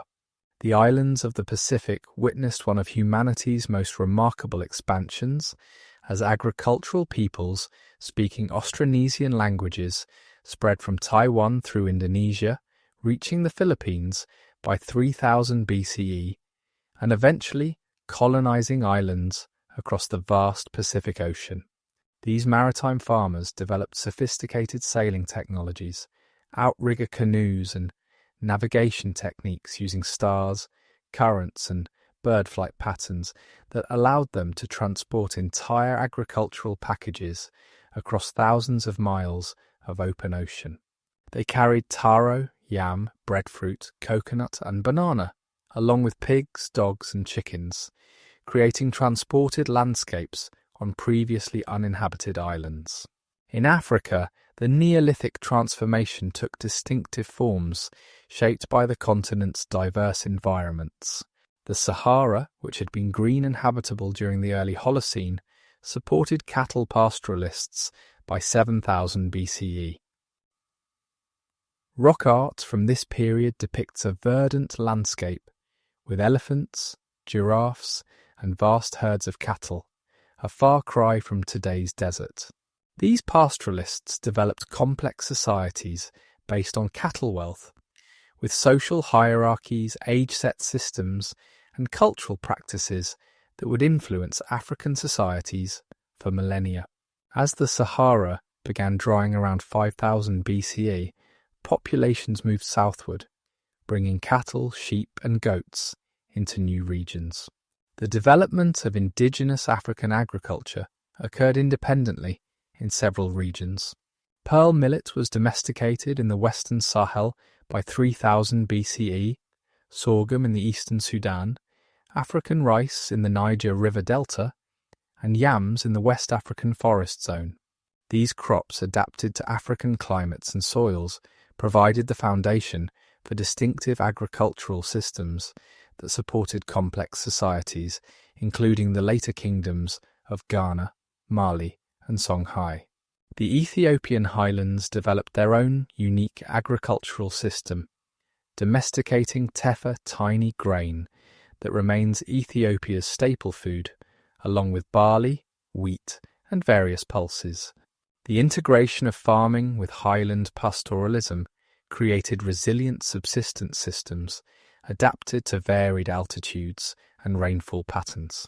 The terraced fields of Ethiopia, some dating back to the Neolithic, represent massive landscape modifications that continue to support dense populations today. The spread of agriculture through sub-Saharan Africa was complicated by environmental challenges. The Tsetse flybelt, carrying diseases fatal to cattle, created barriers to pastoral expansion. Dense forests required different clearing techniques than temperate woodlands. The absence of suitable indigenous animals for domestication. African wildlife, being notably difficult to tame, meant that agricultural systems relied more heavily on crop production than mixed farming until cattle, sheep, and goats arrived from the north. In the Americas, agriculture developed completely independently, with no influence from Old World developments. The domestication of maize in Mexico, beginning around 7000 BCE from its wild ancestor Teosinte, represents one of humanity's most dramatic genetic modifications of a crop plant. Teosinte bears little resemblance to maize. Its ears are only inches long, with hard seeds encased in shells. Through thousands of years of selection, Native American farmers transformed this unpromising plant into one of the world's most productive crops. The Three Sisters, agricultural system maize, beans and squash, grown together developed in Mesoamerica and spread throughout North America. This polyculture system was ecologically sophisticated. Maize provided stalks for beans to climb. Beans fixed nitrogen in the soil, and squash leaves shaded the ground, conserving moisture and suppressing weeds. This combination also provided complete nutrition, with the amino acids in beans complementing those in maize to create complete proteins. In South America, the Andes became another center of agricultural innovation. The potato, domesticated at high altitudes where few other crops could grow, eventually yielded hundreds of varieties adapted to specific microclimates and uses. Quinoa, another high-altitude crop, provided protein-rich seeds. The development of freeze-drying techniques to create chunyo-preserved potatoes that could last for years allowed populations to survive in one of the world's most challenging agricultural environments. The Amazon basin, long thought to have been pristine rainforest, is now known to have supported substantial agricultural populations who created terra preta, or black earth super-fertile anthropogenic soils, created through careful management of charcoal, organic matter, and waste. These soils, which remained fertile centuries after their creation, supported dense populations and complex societies that were devastated by European diseases before being properly documented. The spread of agriculture in North America followed multiple pathways. Maize agriculture spread from Mexico northward, reaching the American Southwest by 2000 BCE, where it was integrated with indigenous cultivation of squash and beans. The development of irrigation agriculture in this arid region led to complex societies like the Hohokam and ancestral Puebloans, who built elaborate canal systems and monumental architecture. In eastern North America, indigenous peoples independently domesticated several plants. Sunflower, squash, goosefoot, marsh elder creating the Eastern Agricultural Complex by 2000 BCE. This indigenous agricultural system supported substantial populations and complex societies like the Hopewell and later Mississippian cultures. When maize arrived from Mexico around 900 CE, it was integrated into existing agricultural systems rather than replacing them. The Pacific Northwest of North America presents an interesting exception to the pattern of agricultural development. Here, the incredible abundance of salmon and other marine resources allowed complex societies to develop without agriculture. Populations were dense, social hierarchies elaborate, and monumental architecture created, all supported by intensive harvesting of wild resources. This challenges the assumption that agriculture is necessary for social complexity. Australia remained the only inhabited continent where agriculture didn't develop independently or spread from elsewhere before European colonisation. Aboriginal Australians developed sophisticated landscape management techniques, fire stick farming, replanting of yam tops, construction of fish weirs that increased productivity of wild resources. Some groups were arguably on the verge of domestication, particularly with yam cultivation, but the arrival of Europeans disrupted these developments. The varied timing and nature of agricultural adoption across the globe had profound implications for later history. Regions that adopted agriculture early had more time to develop the complex societies, technologies, and disease immunities that would prove advantageous in later cultural contacts. The crops and animals available for domestication in different regions, Eurasia's wheat, rice, cattle and horses versus the Americas' maize, potatoes, and llamas influenced the developmental trajectories of civilizations. Environmental impacts of the global spread of agriculture were transformative. Forests were cleared on every continent except Antarctica. Grasslands were converted to fields or pastures. Wetlands were drained for cultivation. Species extinctions accelerated as habitats were destroyed, and wild animals competed with livestock. Soil erosion increased dramatically in many regions. Yet humans also created new ecosystems. The anthropogenic forests of Southeast Asia, the terra preta soils of Amazonia, the terraced landscapes of the Andes and Asia that supported biodiversity and productivity in novel ways. The exchange of crops and techniques between regions, even in the Neolithic, enriched agricultural systems globally. Wheat and barley spread from the Near East to Europe, Africa, and Asia. Rice moved from China throughout Asia. African crops like sorghum and yam eventually reached Asia. These exchanges, accelerating over time, created the globally interconnected food system that characterizes modern agriculture. As dawn broke over a Neolithic village, the sounds of daily life would begin to stir, the lowing of cattle, the bleating of sheep and goats, the barking of dogs, and the voices of people beginning their daily routines. Life in these early farming communities followed rhythms dictated by agricultural seasons, animal needs, and communal obligations, creating patterns of daily existence profoundly different from both their hunter-gatherer ancestors and our modern lives. The physical setting of daily life varied considerably between regions and periods, but certain common elements characterized most Neolithic settlements. Houses, whether round or rectangular, timber or mud brick, were dark, smoky spaces. Windows were rare or absent openings that let in light, also let in cold, rain and unwanted visitors. Light came from doorways, smoke holes, and small oil lamps or torches. The constant smoke from hearth fires, while irritating to eyes and lungs, helped preserve wooden beams from rot and kept insects at bay. The interior of a typical house was organised around the hearth, the centre of domestic life. Here, food was cooked, water heated, and family members gathered for warmth and light. The fire was rarely allowed to die completely. Rekindling it from scratch with fire drill or flint and pyrite was laborious.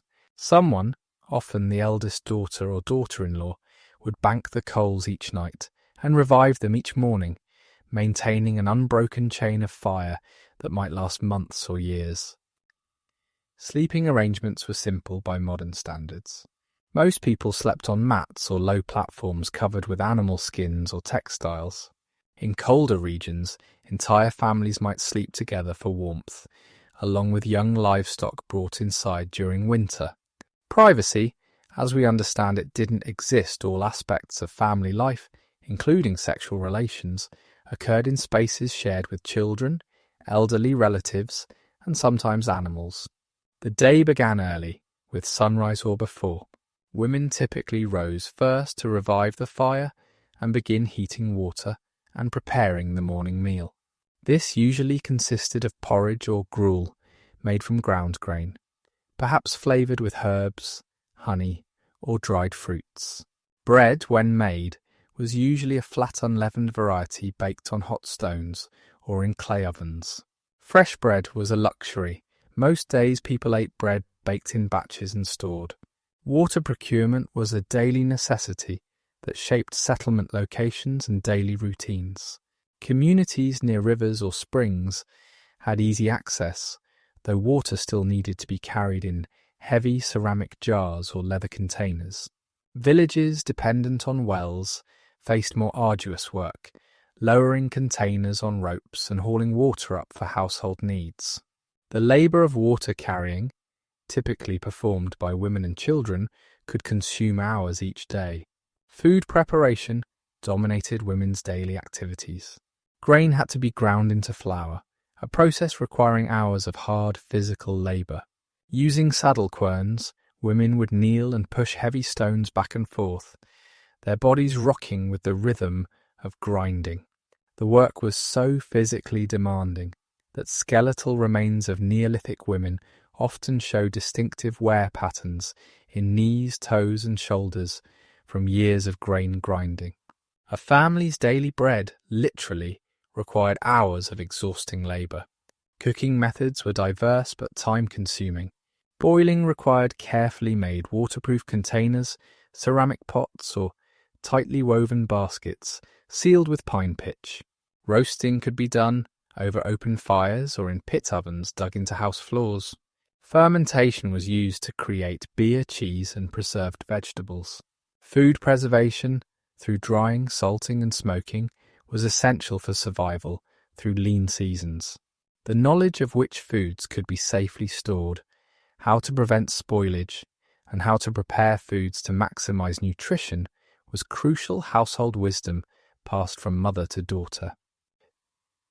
Men's daily work varied seasonally, but centered on agricultural tasks and animal management. During planting season, fields needed to be prepared, cleared of stones and weeds, ploughed if draft animals were available, or laboriously turned with digging sticks and hoes if not. Planting required careful timing and technique too early, and frost might kill seedlings. Too late and crops wouldn't mature before autumn cold. The depth of planting, spacing of seeds, and amount of seed saved versus planted required careful judgment. The agricultural cycle created periods of intense labour alternating with relative leisure. Harvest time demanded every available handmen, women, children, and elderly all participated in cutting, gathering, threshing, and storing crops. These were anxious times when weather could destroy a year's work in hours. Communities often cooperated during harvest, working each family's fields in turn, creating reciprocal obligations that bound neighbours together. Animal husbandry required daily attention throughout the year. Each morning, livestock needed to be released from pens or houses, led to pasture or fodder, and provided with water. Sick or injured animals required treatment with traditional remedies, poultices of herbs, bloodletting, or ritual healing. Breeding had to be managed to ensure offspring were born at optimal times. Milking, where practiced, was typically done twice daily, requiring someone to remain near the settlement, rather than ranging far with herds. Children's lives in Neolithic communities were shaped by their integration into household labour from an early age. By 4 or 5, children were performing simple tasks, gathering eggs, feeding chickens, collecting firewood. By adolescence, they were nearly fully productive members of the household economy. Childhood as a protected period of play and education was unknown. Children learned by observing and gradually participating in adult activities. Play, however, wasn't absent from children's lives. Archaeological finds of miniature pottery vessels, clay figurines, and what appear to be toys suggest children engaged in imaginative play, often mimicking adult activities. Small clay animals, wheeled toys in later periods, gaming pieces, and balls made from inflated animal bladders provided entertainment. Children's games likely included versions of activities still played today: hiding games, racing, wrestling, and various forms of tag or catch. Education was informal but comprehensive. Boys learned farming, herding, and tool-making by working alongside fathers and uncles. Girls learned food preparation, textile production, and plant lore from mothers and aunts. Specialized knowledge pottery making, religious rituals, medicinal preparations might be passed to selected children who showed aptitude or interest. Stories told around evening fires transmitted cultural values, historical knowledge, and practical wisdom. The elderly, no longer capable of heavy physical labor, remained valuable community members. Grandmothers supervised child rearing, freeing younger women for more physically demanding work. Elderly men might specialize in craft production, tool making, basketry, or wood carving that required skill more than strength. Their knowledge of weather patterns, plant properties, and community history made them valuable advisors. The presence of elderly individuals with disabilities in Neolithic burials suggests communities cared for those who could no longer care for themselves. Craft production was integrated into daily routines rather than being separate from subsistence activities. Women spun thread while watching children or tending fires. Men knapped stone tools while supervising grazing animals. Pottery might be formed in the evening when light was too poor for other work, then fired in communal kilns during seasonal firings. This integration of craft production with other activities meant that most households could produce most of what they needed. Seasonal variations profoundly affected daily life. Winter brought long nights spent around fires, repairing tools, producing crafts, and telling stories. Summer's long days were filled with agricultural work from dawn to dusk. Spring brought anxiety about food stores running low before new crops matured. Autumn's abundance allowed for feasting and celebration, but also required intensive work to preserve and store surplus for the coming year. Social interactions were woven throughout daily activities. Women gathering at the village well or stream to collect water and wash clothes exchanged news and gossip. Men working together in fields discussed community affairs and made collective decisions. Children playing together formed friendships and rivalries that would shape adult relationships. Evening gatherings in larger houses or communal spaces reinforced social bonds through shared meals, stories, and entertainment. Personal hygiene and health care relied on traditional knowledge and available resources. Bathing might occur in rivers or streams in warm weather, or using heated water and clay basins in cold seasons. Soap made from animal fats and ash was known in some regions. Teeth were cleaned with fibrous twigs, though the carbohydrate-rich agricultural diet led to increased dental problems compared to hunter-gatherers. Parasites, lice, fleas, intestinal worms were constant companions that people managed rather than eliminated. Medical treatment combined practical knowledge with spiritual intervention. Broken bones were set and splintered. Wounds were cleaned and dressed with poultices of medicinal plants. Herbal remedies treated common ailments, willow bark for pain, mint for digestion, various plants for respiratory problems. More serious illnesses might require ritual healing, with specialists performing ceremonies to drive out evil spirits or restore spiritual balance. Clothing production consumed enormous amounts of time, particularly women's time. Flax had to be harvested, retted, beaten, combed, and spun into thread. Wool required shearing, cleaning, carding, and spinning. Weaving on looms was slow work. A simple tunic might represent weeks of labour. Leather processing required scraping, tanning, and softening hides. Most people owned few garments, wearing them continuously until they wore out, then recycling the material into other uses. The workday typically ended with sunset, as artificial lighting was limited and fuel precious.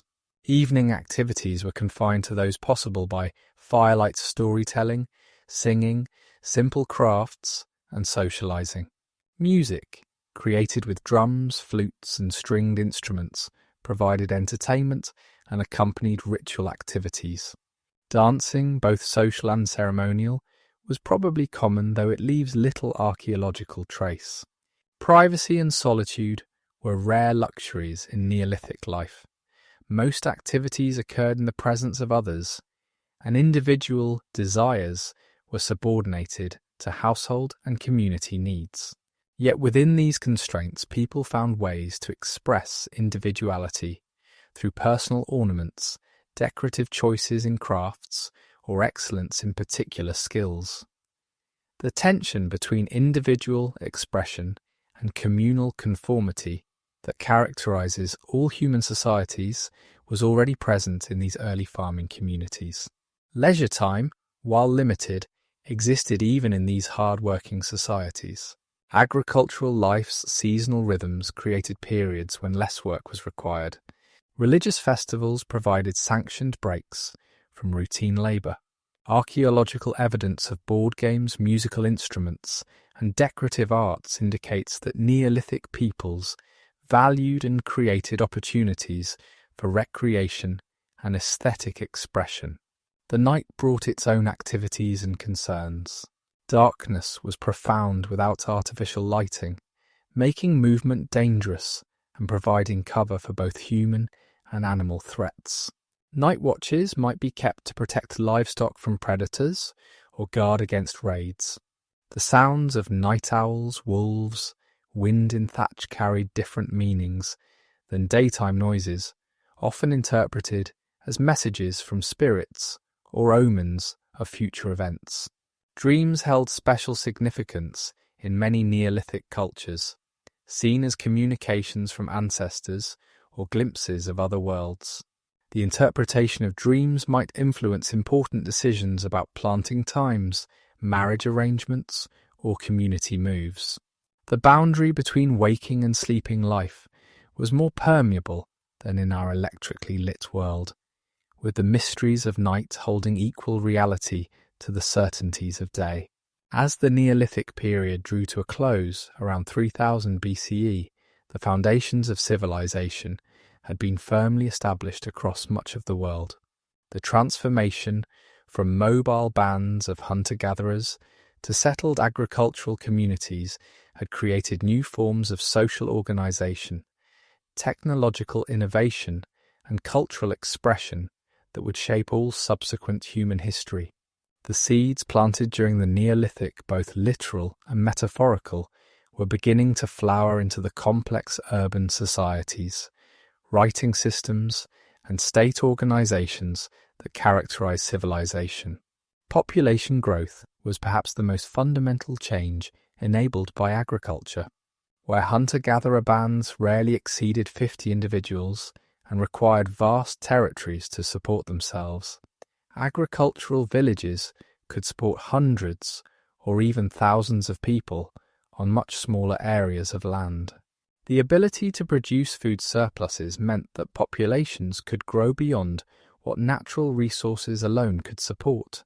Birth spacing decreased as settled life and grain-based diets allowed women to wean children earlier. By the end of the Neolithic, global human population had increased from perhaps 5 million to over 50 million. This population growth created pressures and opportunities that drove further social development. Larger populations could undertake projects impossible for smaller groups: monumental architecture, extensive irrigation systems, long-distance trade expeditions. But they also faced new challenges managing conflicts in crowded settlements, organizing complex labor, distributing resources fairly, defending against raids by neighboring groups. The solutions to these challenges laid the groundwork for political institutions that would evolve into states and empires. The emergence of social stratification accelerated toward the end of the Neolithic. What began as minor differences in household wealth crystallized into hereditary social classes.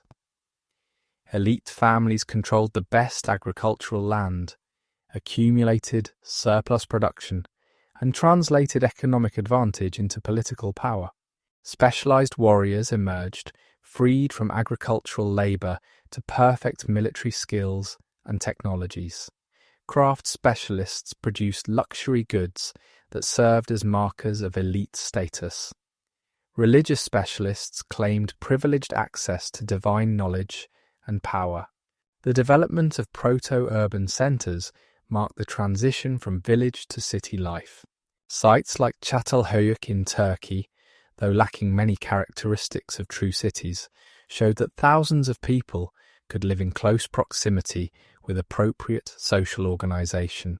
By the late Neolithic, settlements like Uruk in Mesopotamia were growing into true cities with populations in the tens of thousands. Monumental architecture, specialized quarters for different activities, and complex administrative systems. Trade networks expanded dramatically in scope and sophistication during the late Neolithic. Obsidian from Anatolia, jade from Central Asia, amber from the Baltic, and shells from distant seas moved along exchange routes spanning thousands of miles. These networks carried not just materials but ideas, technologies, and cultural practices. The need to manage long-distance trade relationships, track debts and credits, and coordinate complex exchanges drove innovations in record-keeping that would eventually lead to writing.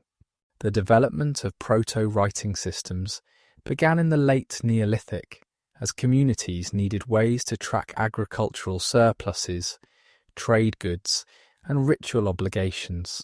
Clay tokens representing different commodities appeared in Mesopotamia by 8000 BCE. By 3500 BCE, these tokens were being enclosed in clay envelopes marked with symbols indicating their contents. The realization that the marks on the outside could replace the tokens inside was a crucial step toward true writing. Similar developments occurred independently in China, where symbols on pottery evolved into the earliest Chinese script. Metallurgy emerged during the late Neolithic, marking the beginning of the transition to the Bronze Age. The discovery that certain stones, when heated to high temperatures, released pure metal was revolutionary. Copper, the first metal to be widely worked, appeared in the Near East by 7000 BCE. Initially treated like a particularly malleable stone, copper was cold-hammered into simple tools and ornaments. The discovery that heating and cooling could change metals' properties, that metals could be melted and cast into complex shapes, and eventually that different metals could be alloyed to create materials with novel properties, opened entirely new technological possibilities. The social impact of metallurgy extended far beyond the practical advantages of metal tools. Metal objects became symbols of wealth and power. The knowledge of metallurgy was specialized and often secret, giving smiths special status. Control over metal sources and production became a basis for political power. The superiority of metal weapons over stone created military advantages that could translate into territorial expansion and political dominance. Mathematical and astronomical knowledge advanced significantly during the late Neolithic. The need to survey fields, calculate areas, and divide harvests required practical mathematics. The construction of monuments with precise alignments demanded understanding of geometry and engineering principles. Observations of celestial cycles, crucial for agricultural timing, led to sophisticated calendrical systems. The megalithic monuments of Western Europe, with their precise solar and lunar alignments, demonstrate advanced astronomical knowledge that must have taken generations to accumulate. Religious and ideological systems grew more complex and institutionalized. The animistic beliefs of early farmers focused on natural forces and ancestors evolved into pantheons of anthropomorphic deities with specific domains and personalities.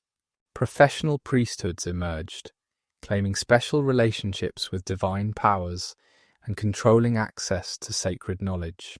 Temples became not just places of worship, but economic institutions controlling land, labour, and agricultural surpluses.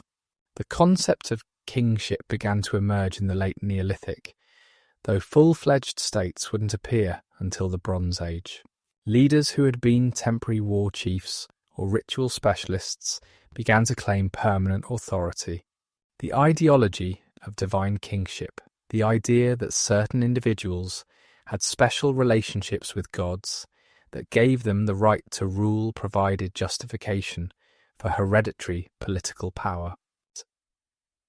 Royal burials of the late Neolithic, with their elaborate grave goods and sacrificed retainers, show that some individuals had achieved extraordinary power and status. Warfare became more organized and devastating as populations grew and competition for resources intensified. Fortified settlements appeared across the Neolithic world, with walls, ditches, and palisades protecting communities from attack. Weapons specifically designed for combat against humans, maces, battle axes, daggers, became common. Mass graves showing evidence of violence indicate that warfare could result in the complete destruction of communities. The emergence of warrior classes and military technologies would profoundly shape the political development of early civilizations. Legal systems began to develop to manage increasingly complex societies. While we have no written laws from the Neolithic, the consistency of settlement patterns, house sizes, and burial practices within communities suggests recognized rules and norms. The need to resolve disputes over property, inheritance, and contracts in agricultural societies required more formal legal procedures than the informal negotiations of hunter-gatherer bands. Chiefs, councils, or religious leaders likely served as judges, establishing precedents that would evolve into formal legal codes. The environmental impacts of late Neolithic societies foreshadowed the ecological challenges that would face all subsequent civilizations. Deforestation accelerated as populations grew and agricultural land expanded. Soil erosion became a serious problem in many regions, leading to the abandonment of once fertile areas. Overgrazing by growing herds of livestock degraded pastures and contributed to desertification. Some late Neolithic societies collapsed due to environmental degradation, providing early warnings about the limits of agricultural intensification. Yet Neolithic peoples also developed sustainable practices that would endure for millennia. Crop rotation, fallowing, and the integration of animal husbandry with plant agriculture maintained soil fertility. Terracing allowed cultivation of steep slopes while minimizing erosion. Water harvesting and irrigation systems in arid regions created productive oases. The traditional ecological knowledge developed during the Neolithic continued to sustain agricultural communities well into the modern era. The linguistic landscape was transformed by the Neolithic expansion. Agricultural populations, growing faster than hunter-gatherers, spread their languages across vast areas. The Indo-European language family, probably originating among Neolithic or early Bronze Age pastoralists on the Pontic steppes, would eventually dominate from India to Western Europe.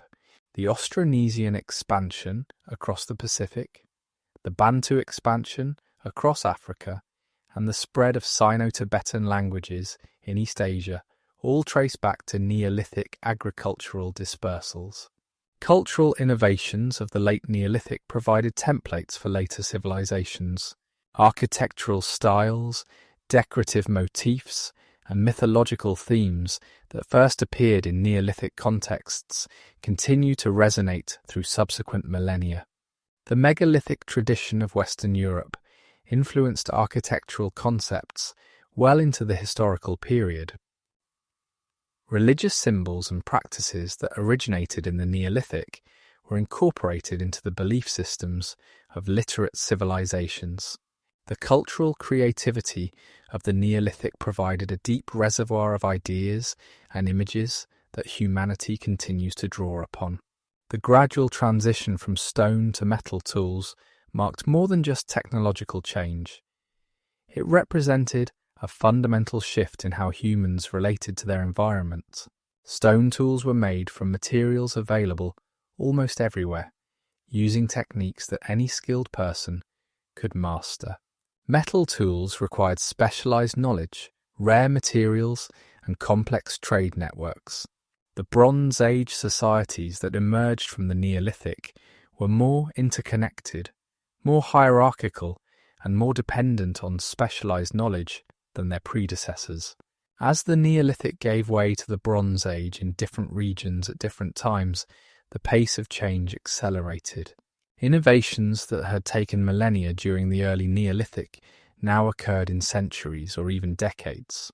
Writing, the wheel, the sail, the plough technologies that would define civilization appeared in rapid succession. Cities grew larger, states more powerful, and trade networks more extensive. Yet all these developments built upon foundations laid during the Neolithic transformation. The legacy of the Neolithic Revolution extends to every aspect of modern life. The crops domesticated during this period still provide most of humanity's calories. The animals tamed by Neolithic peoples remain our primary livestock. The social institutions that emerged, property ownership, social classes, specialized occupations, religious institutions, continue to structure human societies. The environmental challenges first faced by Neolithic farmers' soil degradation, deforestation, water management remain central concerns today. Looking back across the span of the Neolithic, from its beginnings in the wake of the Ice Age to its transformation into the urban civilizations of the Bronze Age, we see humanity's most profound transformation. In just a few thousand years, a blink of an eye in evolutionary terms, humans completely reorganized their relationships with the environment, with each other, and with the cosmos. The decisions made by Neolithic peoples about what plants to cultivate, what animals to domesticate, how to organize communities, and how to understand their place in the universe created the framework within which all subsequent human history has unfolded. The Neolithic Revolution wasn't just about learning to farm, it was about reimagining what it meant to be human. The shift from seeing themselves as part of nature to seeing themselves as masters of nature. From accepting what the environment provided to actively modifying it to meet human needs. From living in the present to planning for the future. These conceptual changes were as revolutionary as any technological innovation. The Neolithic mind focused on cycles of planting and harvest, accumulation and storage, inheritance and legacy became the template for civilized thought. As we face our own agricultural and environmental challenges in the 21st century, understanding the Neolithic Revolution becomes more relevant than ever. The successes and failures of humanity's first farmers provide lessons about sustainability, resilience, and the long-term consequences of short-term decisions. The diversity of agricultural systems developed during the Neolithic reminds us that there are many ways to produce food and organize societies. The environmental crises that ended some Neolithic cultures warn us about the limits of agricultural intensification.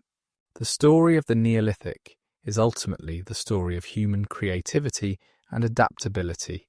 Faced with changing climates and growing populations, our ancestors invented agriculture, created new forms of social organization, and developed technologies that transformed the planet. They made mistakes, faced crises, and sometimes failed, but they also achieved remarkable successes that laid the foundation for all human achievements that followed. Their legacy lives on in every grain of wheat, every domestic animal, every permanent settlement, and every complex society that exists today. The Neolithic Revolution reminds us that human history is not a story of inevitable progress, but of choices and consequences, innovations and adaptations, successes and failures. The farmers who first planted seeds and built permanent houses couldn't have imagined the world their descendants would create. Just as we cannot fully envision the long-term consequences of our own transformative technologies. Yet by understanding how the Neolithic Revolution unfolded gradually, unevenly, with regional variations and unintended consequences, we gain perspective on our own revolutionary times. The transformation from hunting and gathering to farming was neither inevitable nor irreversible. Some societies rejected agriculture after experimenting with it. Others maintained mixed economies combining farming with foraging for millennia. Still others developed alternative pathways to complexity without agriculture. This diversity of human responses to environmental and social challenges during the Neolithic demonstrates that there are always multiple possible futures, multiple ways of organizing society, multiple solutions to human problems. As we stand at our own crossroads, facing challenges of climate change, population growth, and technological transformation that echo those faced by our Neolithic ancestors, their story offers both inspiration and caution. They showed that humans can fundamentally reorganize their societies in response to changing conditions. They demonstrated that small innovations, selecting slightly larger seeds, keeping slightly calmer animals, can accumulate into revolutionary transformations. They proved that human creativity and cooperation can overcome enormous challenges.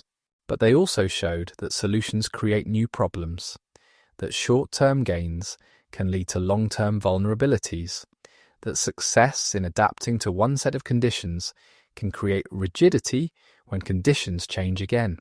The Neolithic Revolution solved the problem of food security for growing populations but created new problems of social inequality, environmental degradation, and epidemic disease. Understanding these trade-offs helps us evaluate our own technological and social innovations more carefully. The Neolithic period stands as humanity's most important transformation, the moment when we began the journey from nature to civilization, from acceptance to control, from the present to the future. Every person alive today lives with the consequences of decisions made by forgotten farmers thousands of years ago.